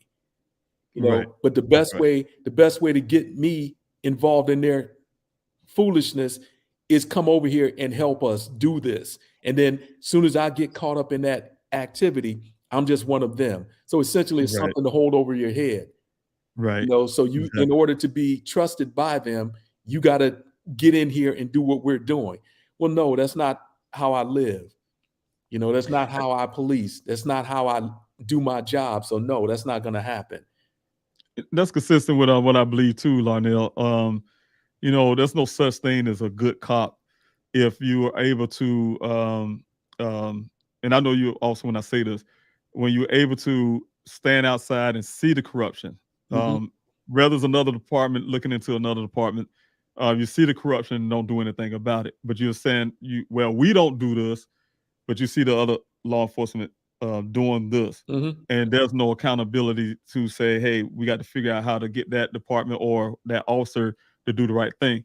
I don't think that's it's almost like accessory. Just like I think when if I'm riding down the road and I got in the car with my friend, he came to pick me up from my house, and he have a trunk load of cocaine. I just don't know about it. I get in his front seat, and we riding down to the mall or something. Get pulled over by police. They look in the trunk and see all that drugs. me and him would be in jail. I'll be in jail to this date saying it's not mine. I have nothing to do with that, right? But it says by association. They'll give me jail time by association.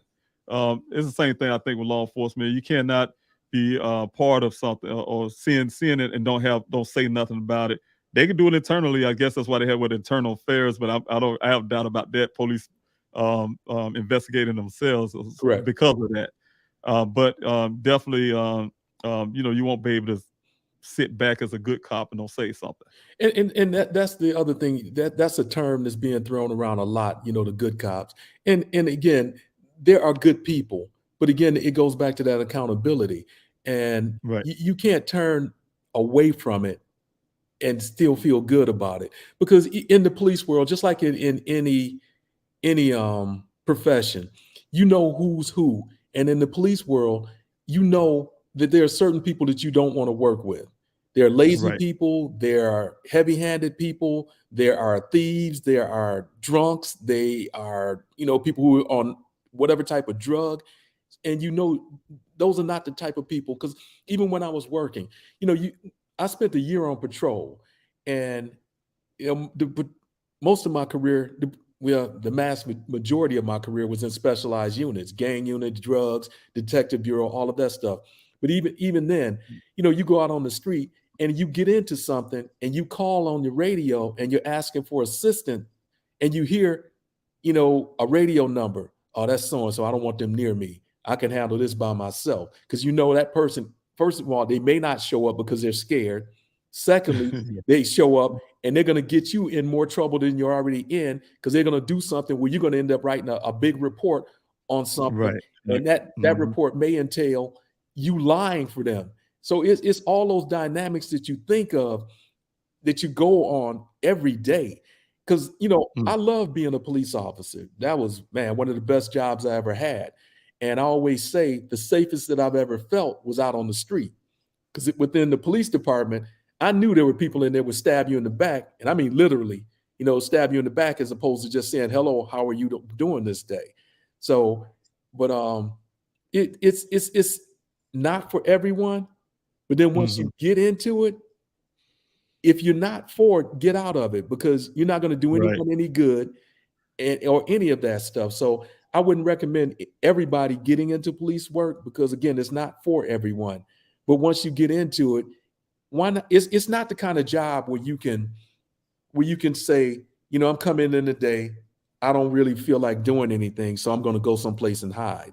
Because there are people out there, citizens and other officers, that are depending on you to do your job, back them up, or as a citizen, do what you're supposed to do. And we've seen instances all across this country where police officers have stood back and did absolutely nothing. And one of the worst ones was down in Texas, when they did not go into that school and save those children.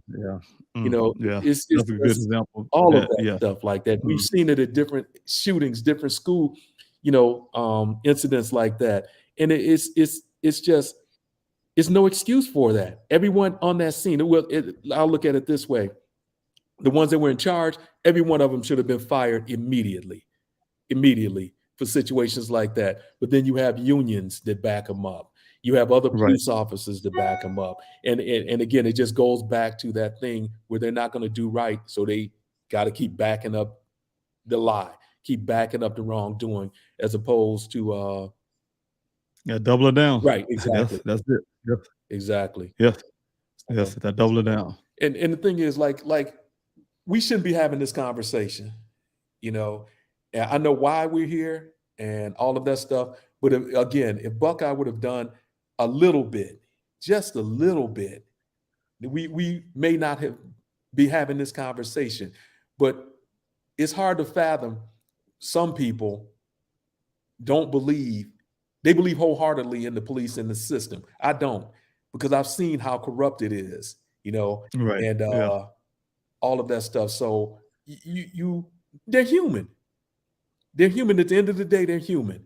So they have faults just like everybody else. So that's right. Yeah, it's a shame. I just like right now, my faith and my hope was, like I said, is in law enforcement. Like you already know in the background how I felt when Tempe we were in a meeting. They asked us, I guess, to keep them secret in a certain sense, not to disclose that they are doing the forensics on Daniel's electronics. I wanted to give them praise. I really want to give them praise. You know what I'm saying? I mean, because after pointing out, and I'm not going to ever say I was beating up on Buckeye Police Department. I'm saying I was telling the truth about what was going on with Buckeye. Yeah, so I know you will. But, you know, I'm saying I'm not doing it necessarily. I'm just beating up on them or just because I just want to beat up because I just don't like them or something. No, I don't like what they have done in my son's case, of course. But I'm saying I'm just speaking those facts about what they haven't done, what they have. So to an average person, I could come off as, oh, I just don't like cops, or you know, whatever the case may be.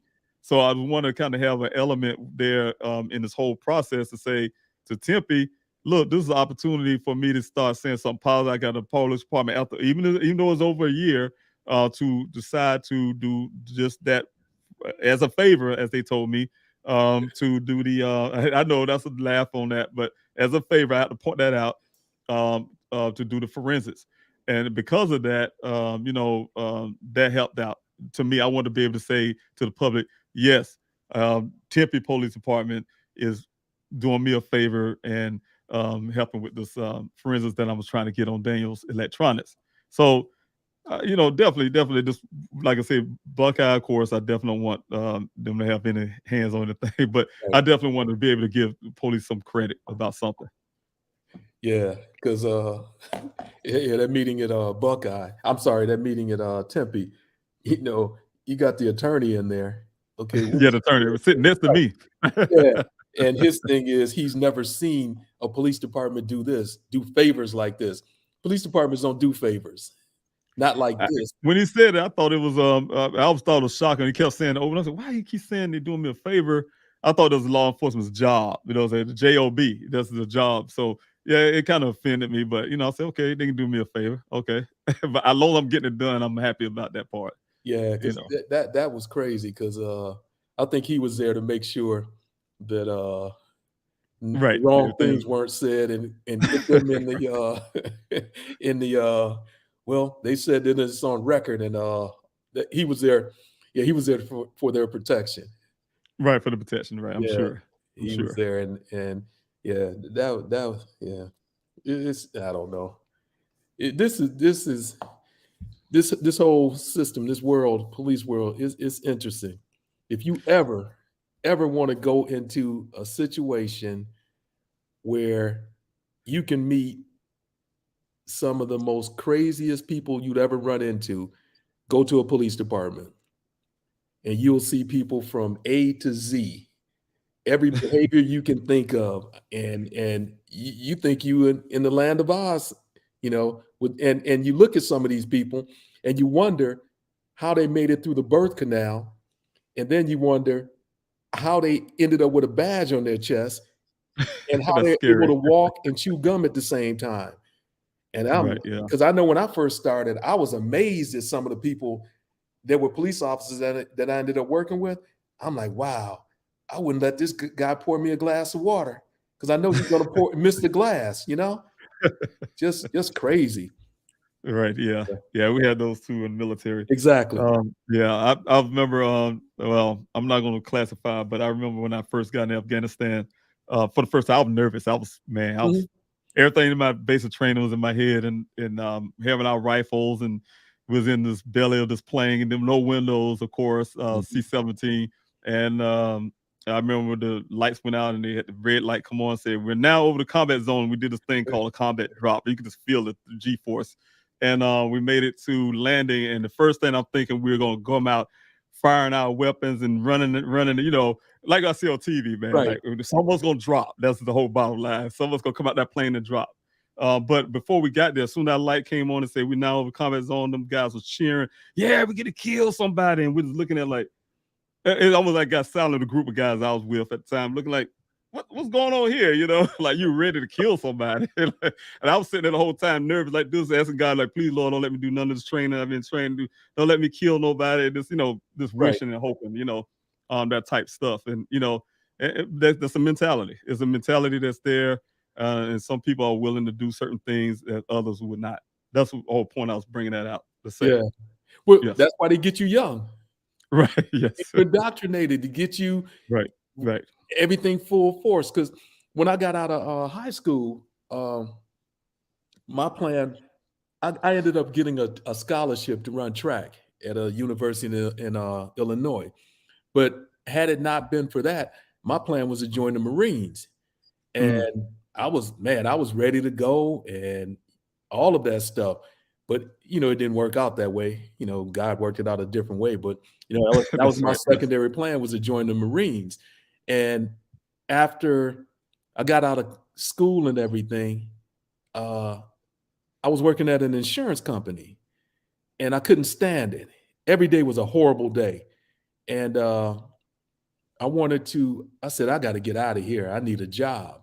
And so I had just taken the day off and I ran into my best friend and my brother.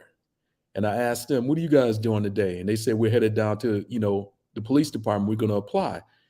And it just, off the top of my head, I said, me too. And they looked at me.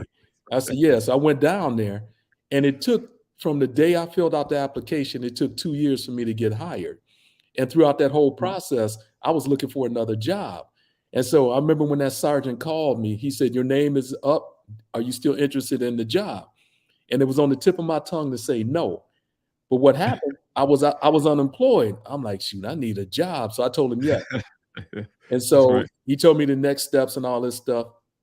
Ended up at the Chicago Police Academy and getting yelled at, screamed, and all of that stuff, the indoctrination process and all of that. But even going through the police academy, my entire intention was to find another job because I do not want to be a police officer. Then it hit me one day. I'm like, wow, I'm in here. I'm working out every day. I'm learning a lot of stuff. I'm getting paid and I got benefits. I don't have another job.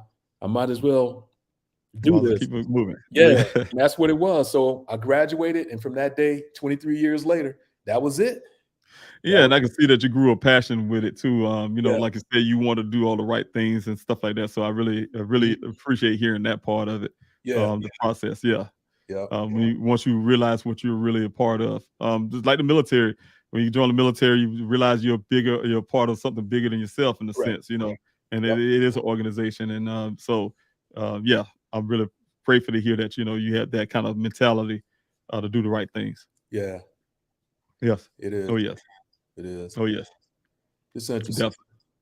Yeah, but yeah, definitely, man. Going back to this thing with this whole case here, I would like going forward is one of the biggest things that we're trying to reach out for is to get some other agencies, whether the Department of Justice to look in certain areas like the well site, the FBI into the well site, some of the things, like you said, the things that on the ground that I'm actually working and doing that law enforcement may adopt and say we're doing, but to go into those well sites to really check the well sites that are doing that little on ground thing I was telling you about when they you were there when I had to meet the Buckeye Police Department out there to do this well with their little white cadaver dog. Yes, because I was taking a video outside your window. That's right.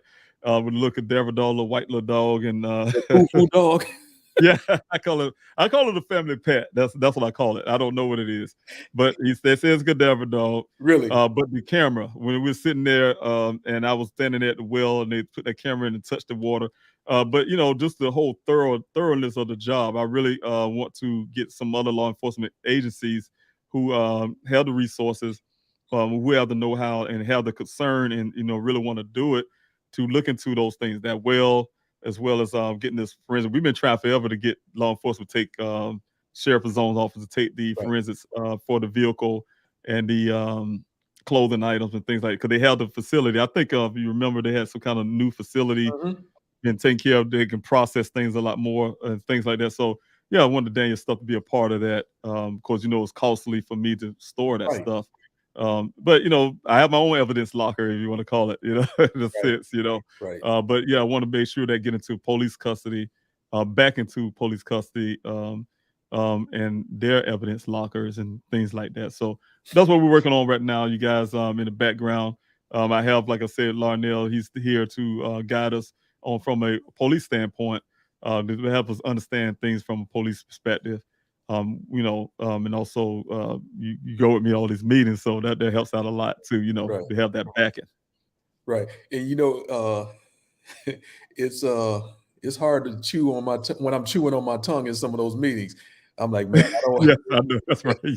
Yeah, So, I watched it. Yeah, and it's funny. It's Yeah. a good thing to have a mask on because it kind of hides some of Right, what you you're right. mumbling or exactly. Right. And I Right. know some of those meetings, I'm like, man, they need a giant shovel for what they're dishing out. I'm like, wow. So I don't know. Yeah. I don't know. But and the other thing too, it shouldn't be this hard for another agency to take over this thing. They can and they should, especially the evidence. Because remember, I know you remember when I never forget when Detective Biffin gave you that evidence bag back. And I'm sitting there looking like, what's wrong with this man? What kind of police officer does that? I'm like, wow, this is goofy. I've never seen anything like that in my life. Where they're giving you stuff that should be in their custody until this case is actually done. And I mean, from start to finish, you don't give back evidence like the case is done, like Daniel had been found and everything was done. Well, they said it was when they gave it to me prior to that, it was on we still got the stuff on the local news as well as on their social media account. They said there was no more leads to follow. They had no more leads to follow. They're done with Daniel's case, basically. That's why I was able to get a partial report in that meeting that you were there. Right. Chief Hall gave me a partial report. He told me that Detective Biff, when he was finished finalizing the report, they're going to give me the full report, which they end up doing later. They gave me the full report. But when I met him in the parking lot, like you said, they gave me everything that was in the evidence badge, but it was marked for safekeeping. So the whole point is, and from their perspective, they was done with Daniel's case. They're throwing it out the window. They told him, Jeff McGrath, my investigator, when I hired him on, he went up to them to get that vehicle out of that compound because I had to get it towed out of there. Right. But at the same time, he asked for, instead of him downloading the data himself, he asked them for everything they got. He'll just take on from that point. And they did that. They gave him the black box data that they didn't read themselves. He had to read it for them. But I'm saying is, he told me in his face, he said they told him straight up, we have no investigation. We're done. They was done with Daniel's case. They're only speaking about that now and doing things they're saying they're doing, falsifying that report. That way I see it is to say because of the public interest. They didn't know the Petito case was going to happen and that was going to prompt Daniel's case to go national and certain little things like that. My efforts of getting Daniel's case out there. They thought I was going to walk away. I'm sure from that point when they said that, gave me the evidence bags and stuff. Hey, and the vehicle's already given over to me.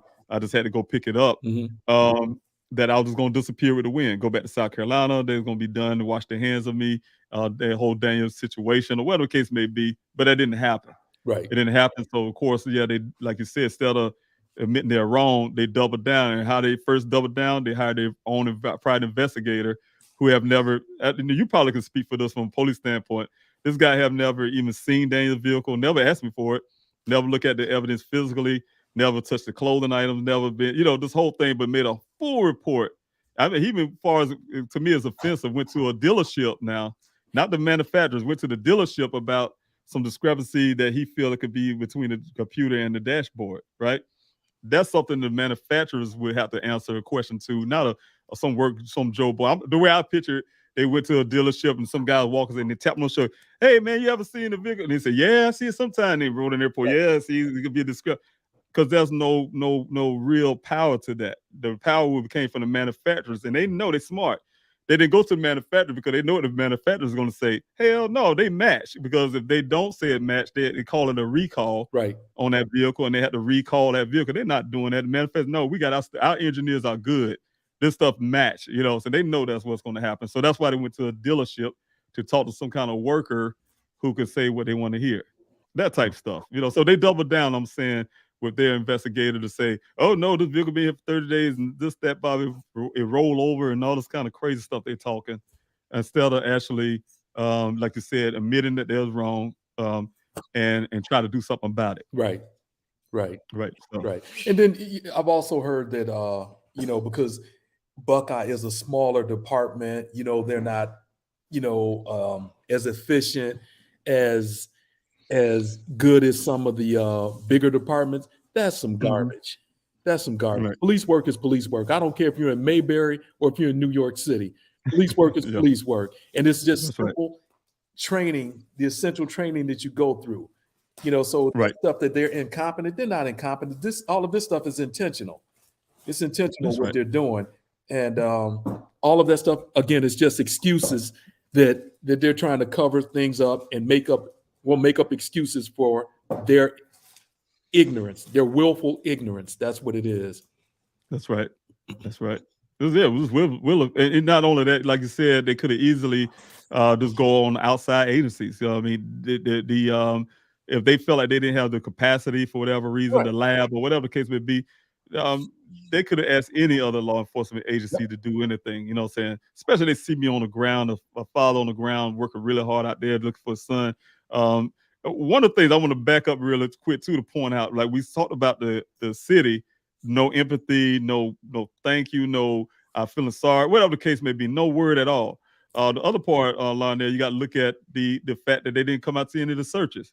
Not a dime being spent on the search for Daniel Robinson, the public searches that I've been putting together for over 45 weeks, over 35,000. They have no law enforcement out here who can contribute to that except for yourself. And you retired. But no law enforcement agency at all contributed to any efforts out there in the desert. Yet I was watching, I hate to keep bringing the Petito case up, but I had to watch that, I'm going to put it on top again, like I always say.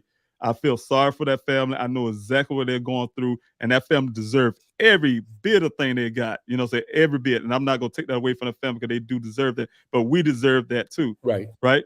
What I'm saying is I've seen them take the young man that killed that young lady, that guy before he actually, and I watched it, before this guy actually, they even know that he murdered that girl.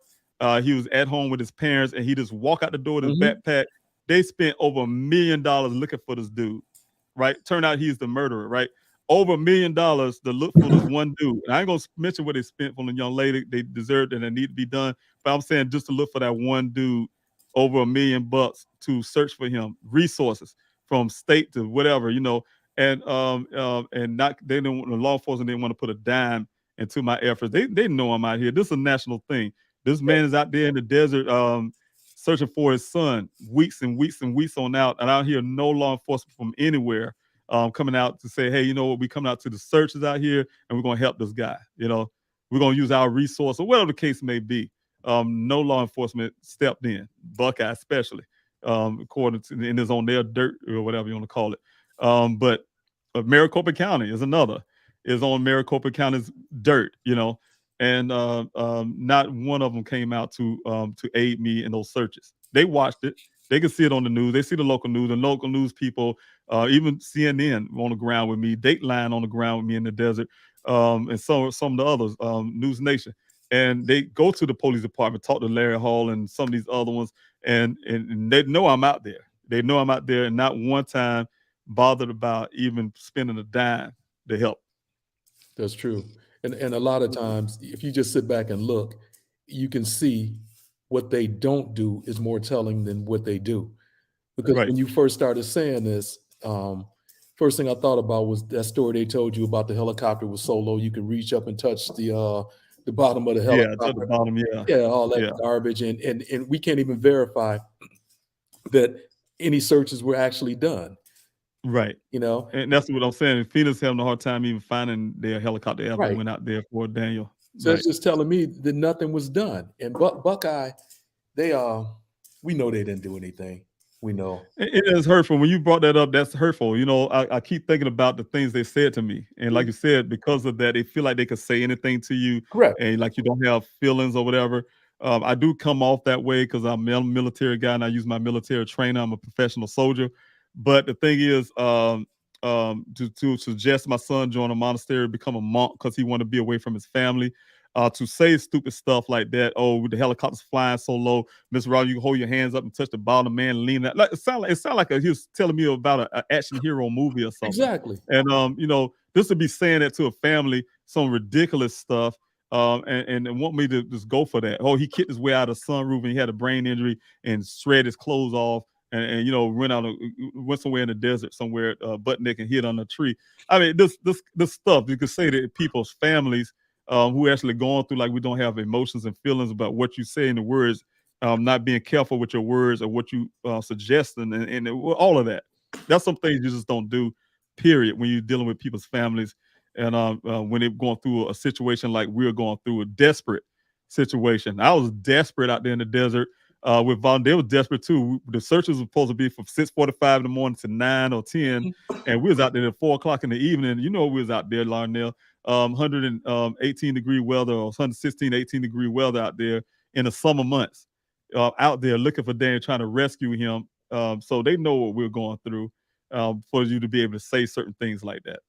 And it goes back to, like you said, you're a professional soldier. It goes back to being a professional and knowing how harmful your words can be and showing no sympathy and, like you said, no empathy whatsoever. And you don't tell people like anything like that, especially when they're at one of the lowest moments in their life. You know, you're here, just got here into some place that you really didn't know, searching for your missing son, and they tell you some garbage like that. That just showed me in that meeting that day that they absolutely do not care about you, and they do not care about Daniel, and whatever they say from this point on is just going to be a bunch of lies. And they've shown that over and over and over again. One of the things is too is I think sometimes people think it's all about criticism of the law enforcement. It's not. It's just pointing out those things that's not right. One thing that was promised to me, like I said in this Q&A a lot, when a man look each other in the eye, where I grew up from the South, that's what we do. You look a man in the eye. When I grew up, I don't know how these young boys are now, but you shake hands, you look in the eye, and you give your word. You keep your word. That is being a man, right? Automatically. And to hear them to tell me they're gonna do everything they can to help. They tell me they're gonna put together a meeting that I've been waiting on for over 7 months now. A meeting where we could discuss how they can handle my son's case. Especially, I'm talking about Sheriff Zone's office. That's the reason why we're having this protest, is because a word wasn't kept. I can't even get a meeting with those officials, all of them together, to discuss the things that we say we're going to discuss. I want to be there to do it, just like I didn't get the meeting with the Buckeye Police Department when I sent that striking letter to Chief Hall, and of course I CC'd all these other people, so he couldn't ignore it. And he got the FBI to do a case briefing, and they did it behind my back, and I don't know what was said in there. And the reason why they said, other than they come back to me and said, well, the FBI said, Mr. Roberts, you doing such a great job on your own, we don't have to come in. Right. Crazy stuff they can say to me, right? Exactly. Just crazy stuff. They think they can do it because they have a gun and a badge and a uniform. That's the thing I'm trying to say. Well, the thing is, and I'm sorry, because remember, this has gone from local to county to federal. Right. The only one who really hasn't had any involvement is state. And at each step, we've had our fingers cut. And the meeting we had with the FBI, remember, they wouldn't even take us up to the office. We were down in the guard shack. And the level of disrespect that clown showed us that day. He was mean. It was so demeaning. It was so demeaning. And he knew he knew he had the upper hand, and there was nothing we could do. Because if we would have kept going and done anything, I bet you he would have called the police and had us arrested. He already had the other agents standing there. I felt that like weird about that. I was like, why he's calling these agents like they're his bodyguards or something. I'm like, for what reason? I didn't get that part either. Yeah. But that's one thing. But the whole point of just the whole setup, if you remember, I literally just started speaking. Hey, I'm David Rosen, the father, and soon as I could finish, I know who you are. Correct. Yeah, I don't remember that. It came off just like that. I'm like, I had to stop. Like, he was talking about me, because remember I had talked to him before. Right, exactly. And so why are you here? We're here because we can be. Yes. Like I said, the level of disrespect is just, it's not unbelievable, but it's crazy. It just shows on all these different levels that man, they just, again, it goes back with me. Just do your job. Do your job. That's all it is. Right. Yeah. It's Do the job. Yes, that's it. That's the main point. That's the main point. Do our job. Do the job. I'm doing my job as a father. correct. Like I said, even though I say I'm a professional soldier, I do have feelings. I don't show Mhm. my feelings to people. But but my son is missing. Correct. And like I said, I hope law enforcement watching like I always hope they do. They say they do the Q&As. I'm not going anywhere, period, without my son. Right. So they're gonna have to do something. They're gonna have to get their hands out their head out their ass, whatever, out their behind, excuse me, expression, Mhm. and do something. Do something, instead of like you said, trying to weave their way around it's not my responsibility, it's this person's responsibility, or whatever the case may be. Whatever their problems are, they need to get it together because I'm not going anywhere. I'm gonna make the biggest noise I can make. I think I like what Gizzle K would say, the squeaky wheel get the oil. Right. That's one thing that the Grizzlies say, or Grizzly True Crime. But that's true. You got to make that noise. You know what I'm saying? Keep that noise going. And the thing is, because I write, the representatives around here, Gosser and I forget what's the other one's name, but both of them are sorry. And I write them emails all the time, and I ask them different things. What are you going to do about Daniel Robinson? And they don't even reply. Nothing. It's just nothing. Nothing at all. Yeah. Nothing. That's why I even just stopped with Buckeye. Last I heard from the Buckeye Police Department, Detective Biffin, finally, and I think about this over a year. Well, it's over a year now. 22 is gone. This is 23. He sent me, called me, and asking me, do I have a razor from Daniel? Here it is. His apartment's gone now. We have a razor, something he shaved with or whatever, so it can go a comparison of what they felt they got from the swab from the vehicle, off the steering wheel or whatever. Have something to compare it against. Excuse me, to compare it against. Here it is, 2022, that they're asking for that at the end of 2022, a year later. And so that's what I'm saying, you guys. It's ridiculous to me. First of all, I don't even know if they really did the swabbing or not. That was under my request, but I don't know if they actually did it. They say they did it, but I didn't get it. That's probably one of the reasons why I didn't hear nothing back. I didn't even get the DNA swab done, myself and Dane's mother, until I initiated. Shauna gave me the information to meet the guy for Nameless, and I initiated it, talked to the guy. We got the thing set up, and I had mine done at Tempe Police Department, which I was a little uptight when I found that they were sending it to Buckeye. Right. Also, y'all sending my stuff to Buckeye, I was a little uptight, but then they had also Nameless contacted the law enforcement here in South Carolina, and had the mother, excuse me, to be able to do hers as well. Yeah. Yeah. And that's it. I think one thing that we've talked about this, we got to keep the pressure on. That's right. So we got to keep the pressure on Buckeye, keep the pressure on the DOJ, keep the pressure on the FBI, and Tempe also. That's right. Yes, we have to. Yes. And just let them know, like you said, we're not going anyplace. We're not going anyplace. And what you've done, it will come out. It will come out. If it's now or in 10 years, it's going to come out. And it's sad. It's really sad. Okay. Yes, I did get a mark from the team about this 2-hour mark. So I don't know if you want to keep going or we can keep going. But yes, definitely. I think I did. I heard something beep. I don't know if that was yours or mine. I got 2 phones going and got the laptop on and all this stuff. So okay. Oh no, that wasn't them. Okay, I'm mistaken. That was something else. Okay. I'm used to seeing something. They was like, "What? Don't be blaming us for nothing." Exactly. I was gonna say somebody gonna tell you. Yeah, gonna keep it going. But yeah, definitely. Gonna keep the pressure on. This protest is another step to that. To keep that pressure on. And one of the things is, Larnell, I really, like I said, want to make it meaningful. Because it's not just about Daniel. Some of the other things that happens as well. Just me being in Arizona, period, I learned a lot about Arizona, the dynamics and things like that, the way things, you already know the Justice Department came into Phoenix before, Correct. Because of the things that was going on with the Phoenix racism there with the protesting of the George Floyd situation at the time, arresting people, calling them gang members and all that kind of stuff. But want to keep that pressure going. But I know the dynamics that's in Arizona.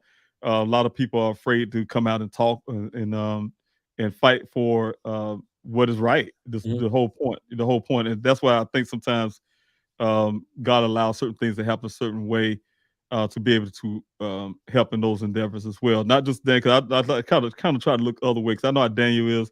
He's raised that way. I'm just that way. Period. As to take your pain, everything you're going through. Don't just look at your own situation, but look at other people's situations too and try to help. So hopefully some things that we're doing to help other families as well. That's why we're part of got the Daniel Robinson Foundation, right? To make sure we can get some things done to help other people. Right. And that's a good thing, because like this is bigger than any of us. And I truly believe, 10, 20 years down the line, this foundation is still going.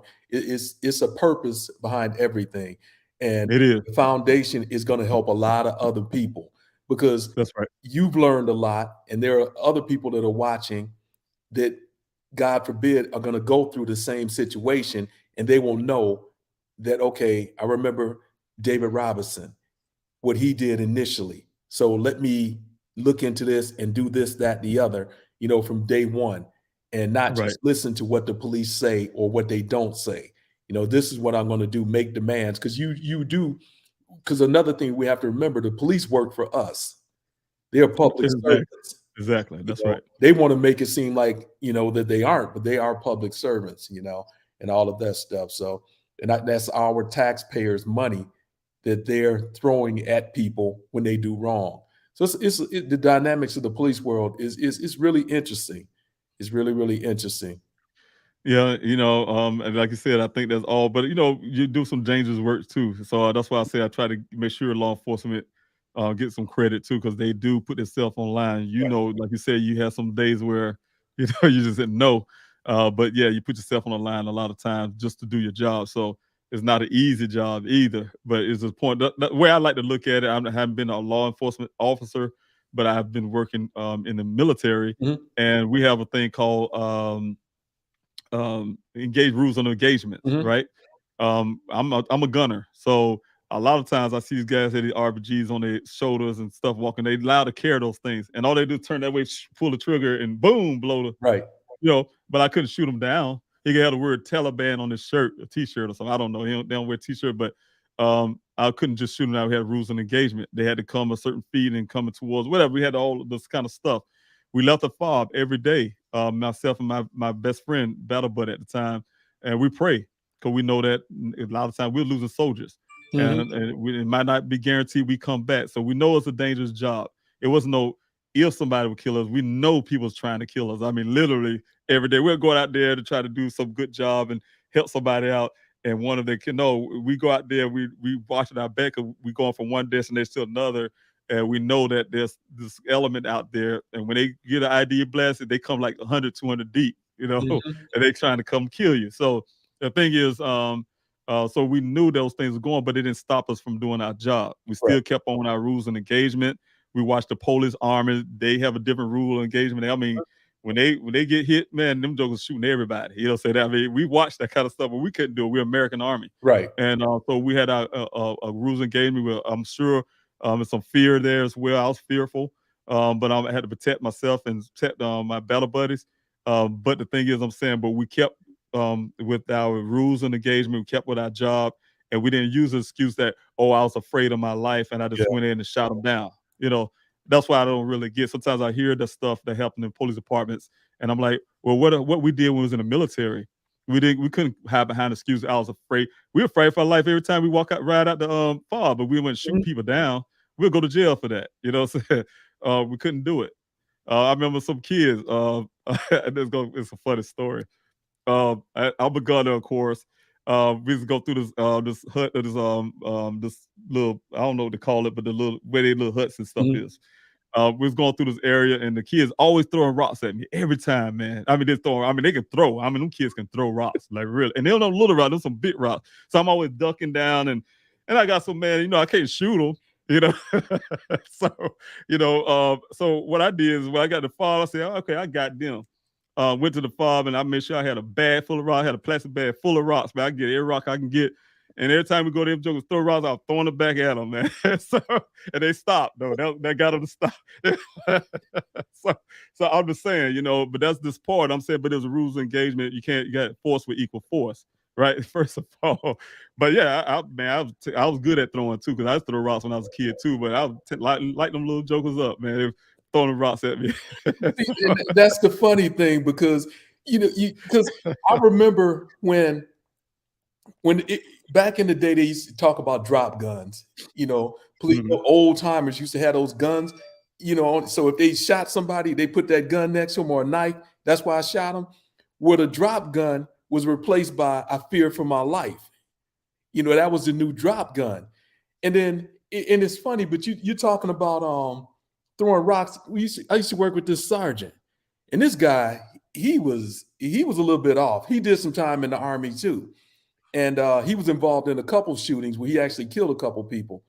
And what he used to do, people standing on the corner selling drugs, he would hide in the bushes and throw rocks at them.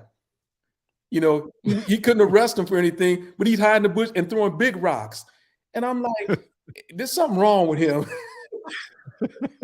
If I can't arrest you, I'm gonna hit you with rocks. He'd go off the corner. I'm like, there's something wrong with that guy. It worked though. He chased him away for a minute, Oh yeah. Same thing. He had a bag full of rocks, man. The same thing. Yeah, but that's I'm just saying, this whole rule of engagement, man. You got to, you can't just go down and kill somebody because you feel threatened or whatever. Exactly. Imagine the police officer getting the rocks thrown and they pull their rifle out, their gun, whatever, and shoot you down. Oh, they do. Oh yeah, that was a deadly thing, as they'll say, or whatever. Yeah. But no, I don't. It's I think those excuses. Them guys want to kill somebody, like they was on the plane. Yeah, we're gonna kill somebody. That type deal. They looking for a reason to kill somebody, and a lot of times those reasons not there, but they can hide behind that I fear for my life scenario. I'm not saying that, 'cause I was in those positions where I see those guys literally carrying it in their hands, and my mind is I'm waiting. I was like the cowboy days. We riding past. And I'm waiting like the cowboy days, who can pull the trigger first. Type deal. So you pull to shoot at our convoy, I can take him out, and that was the thing. So, but I wasn't going to do it before. We had to defend ourselves. Right. So that's the thing I'm saying. Yeah, it's true. It is real. It's real. Right. It's real. But thank you so much, Larnell. Like I said, it's my pleasure. It's my pleasure. Yeah. I got to have. I want the whole team on. You guys at one time. Yeah. That would be nice. That would be really good. Yeah, get everybody on at one time. I know Sophia, she's right there. She's gonna hear exactly what we're saying. I think Shauna, she's not probably still at work, I'm sure. Barry, it's the same thing. And we're here. So hopefully we can get everybody on again. And Sophia, I did see a comment. You say you would ask me something. I'm not sure what they're discussing in the chats. But everybody, it's been over 2 hours. I wish I could please answer some of your questions. If you had those that you may have for Larnell or myself. However, I don't know how much time you have, Larnell. But I was looking through to see if anybody had anything. They had a question or something. They could put the capital letter Q, question mark, the word question. I can see it. If you don't have time, we can do this on the next time. But I just want to tell everybody thank you for coming to the Q&A and sharing this moment with us, talking about Daniel's case, talk about from a law enforcement standpoint. We have Larnell. He is a retired law enforcement officer, and give his perspective on things. So definitely glad you're here, brother. It's good to be here. It's good to be here. Yes, definitely. I don't see any questions. You guys don't have any questions for Larnell, or myself. I can go ahead and call it this Q&A. I'm not sure here. I'm trying to give it a moment here. But again, I thank you guys so much, everybody who joined in on this Q&A this evening, been a part. Most definitely. I don't know if you have anything else, Larnell? No, I'm good. I enjoyed this. Yes. You got to come again, man. Oh, I will. Yes, you got to come again. Most definitely. see here. I do have this comments though. Love the knowledge, Larnell. Great conversation. I do have a question here. I'm sure from PM channel Larnell. This is for Larnell. How to interpret? Sorry, I'm reading that wrong. Impenetrable. How impenetrable? The word is Right. the blue wall. It's deep, it's thick, and it's strong. Because you look at all the protections that a police officer has, and case in point, if like David was talking about the rules of engagement, and so if me as a police officer, I get involved in an officer involved shooting, I get treated differently as from the regular citizen. And case in point is what's the name down in Texas when she killed Botham John in his own apartment. Yeah, his own apartment. You know those videos of her standing out in front of the apartment complex, getting hugged by her other police officers, them doing a search warrant on his house, them coming out with they found some weed in his apartment.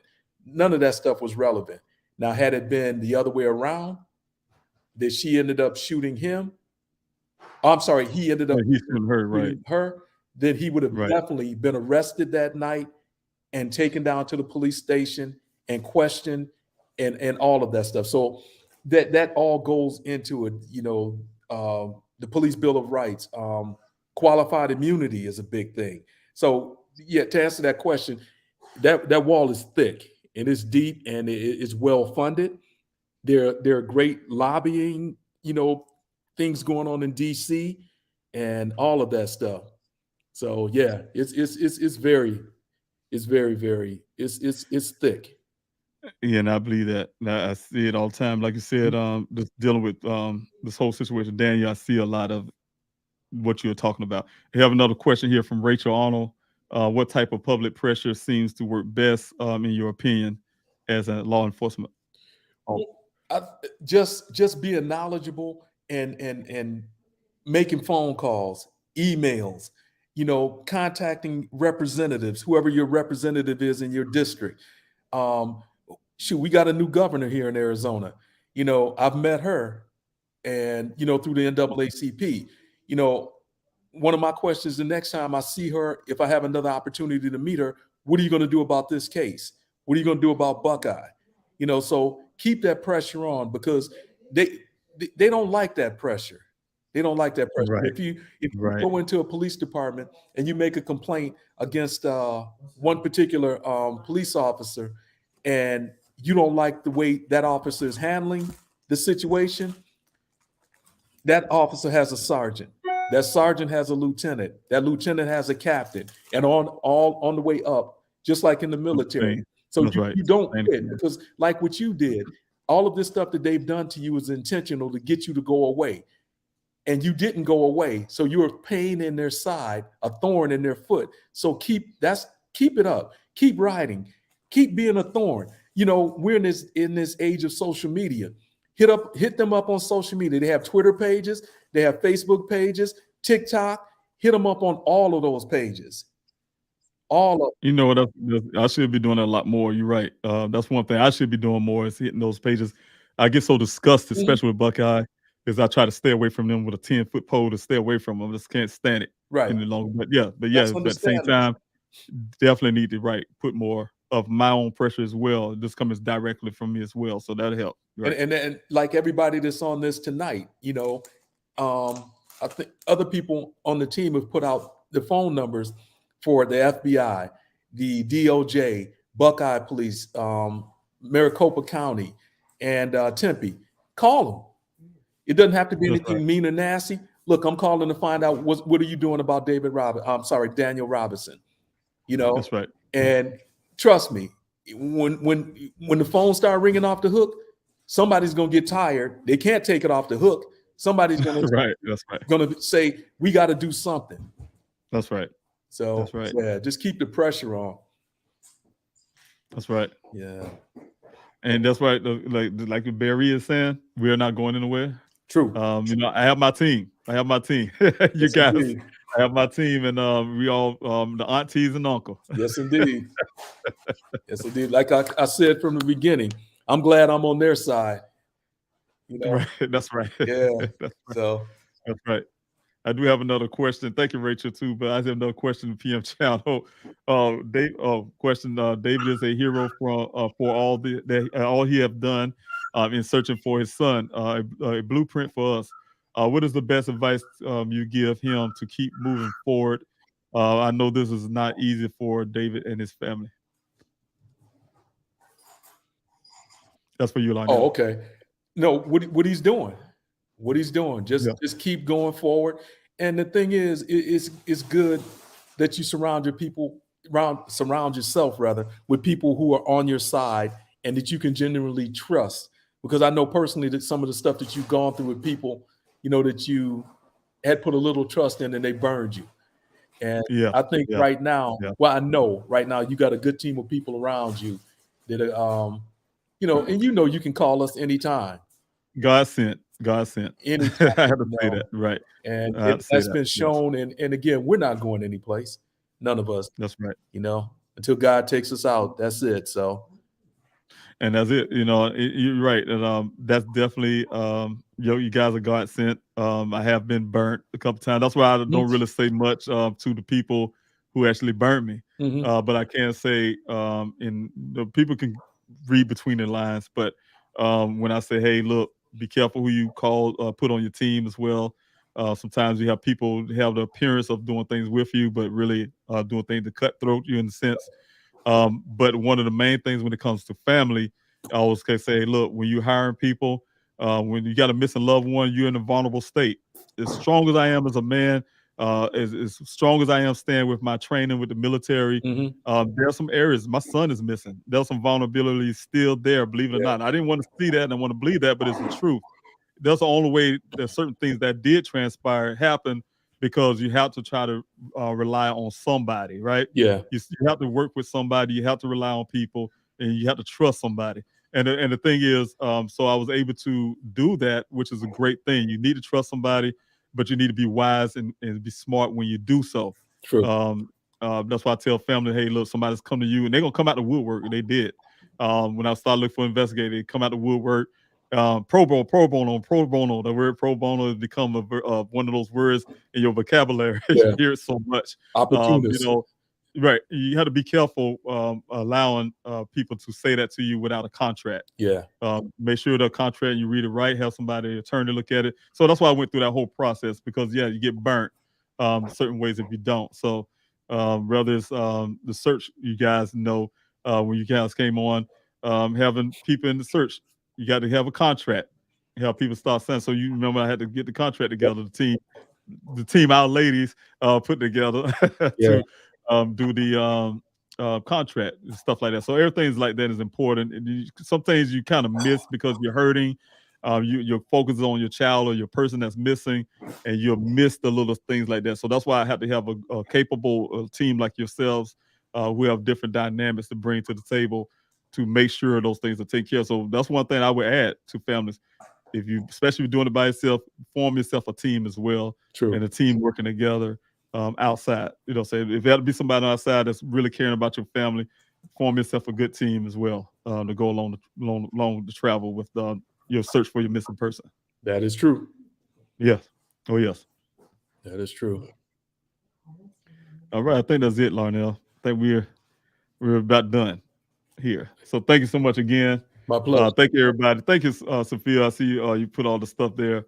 And everybody else who came into the chat. I wanted to get everybody's question. I know there's some questions at the beginning. If you guys can bring your question on the next Q&A, I really appreciate that. We will be doing this again. Larnell, hopefully you can do this again. You can come on again. I will. But thank you guys, everybody, for welcoming Larnell.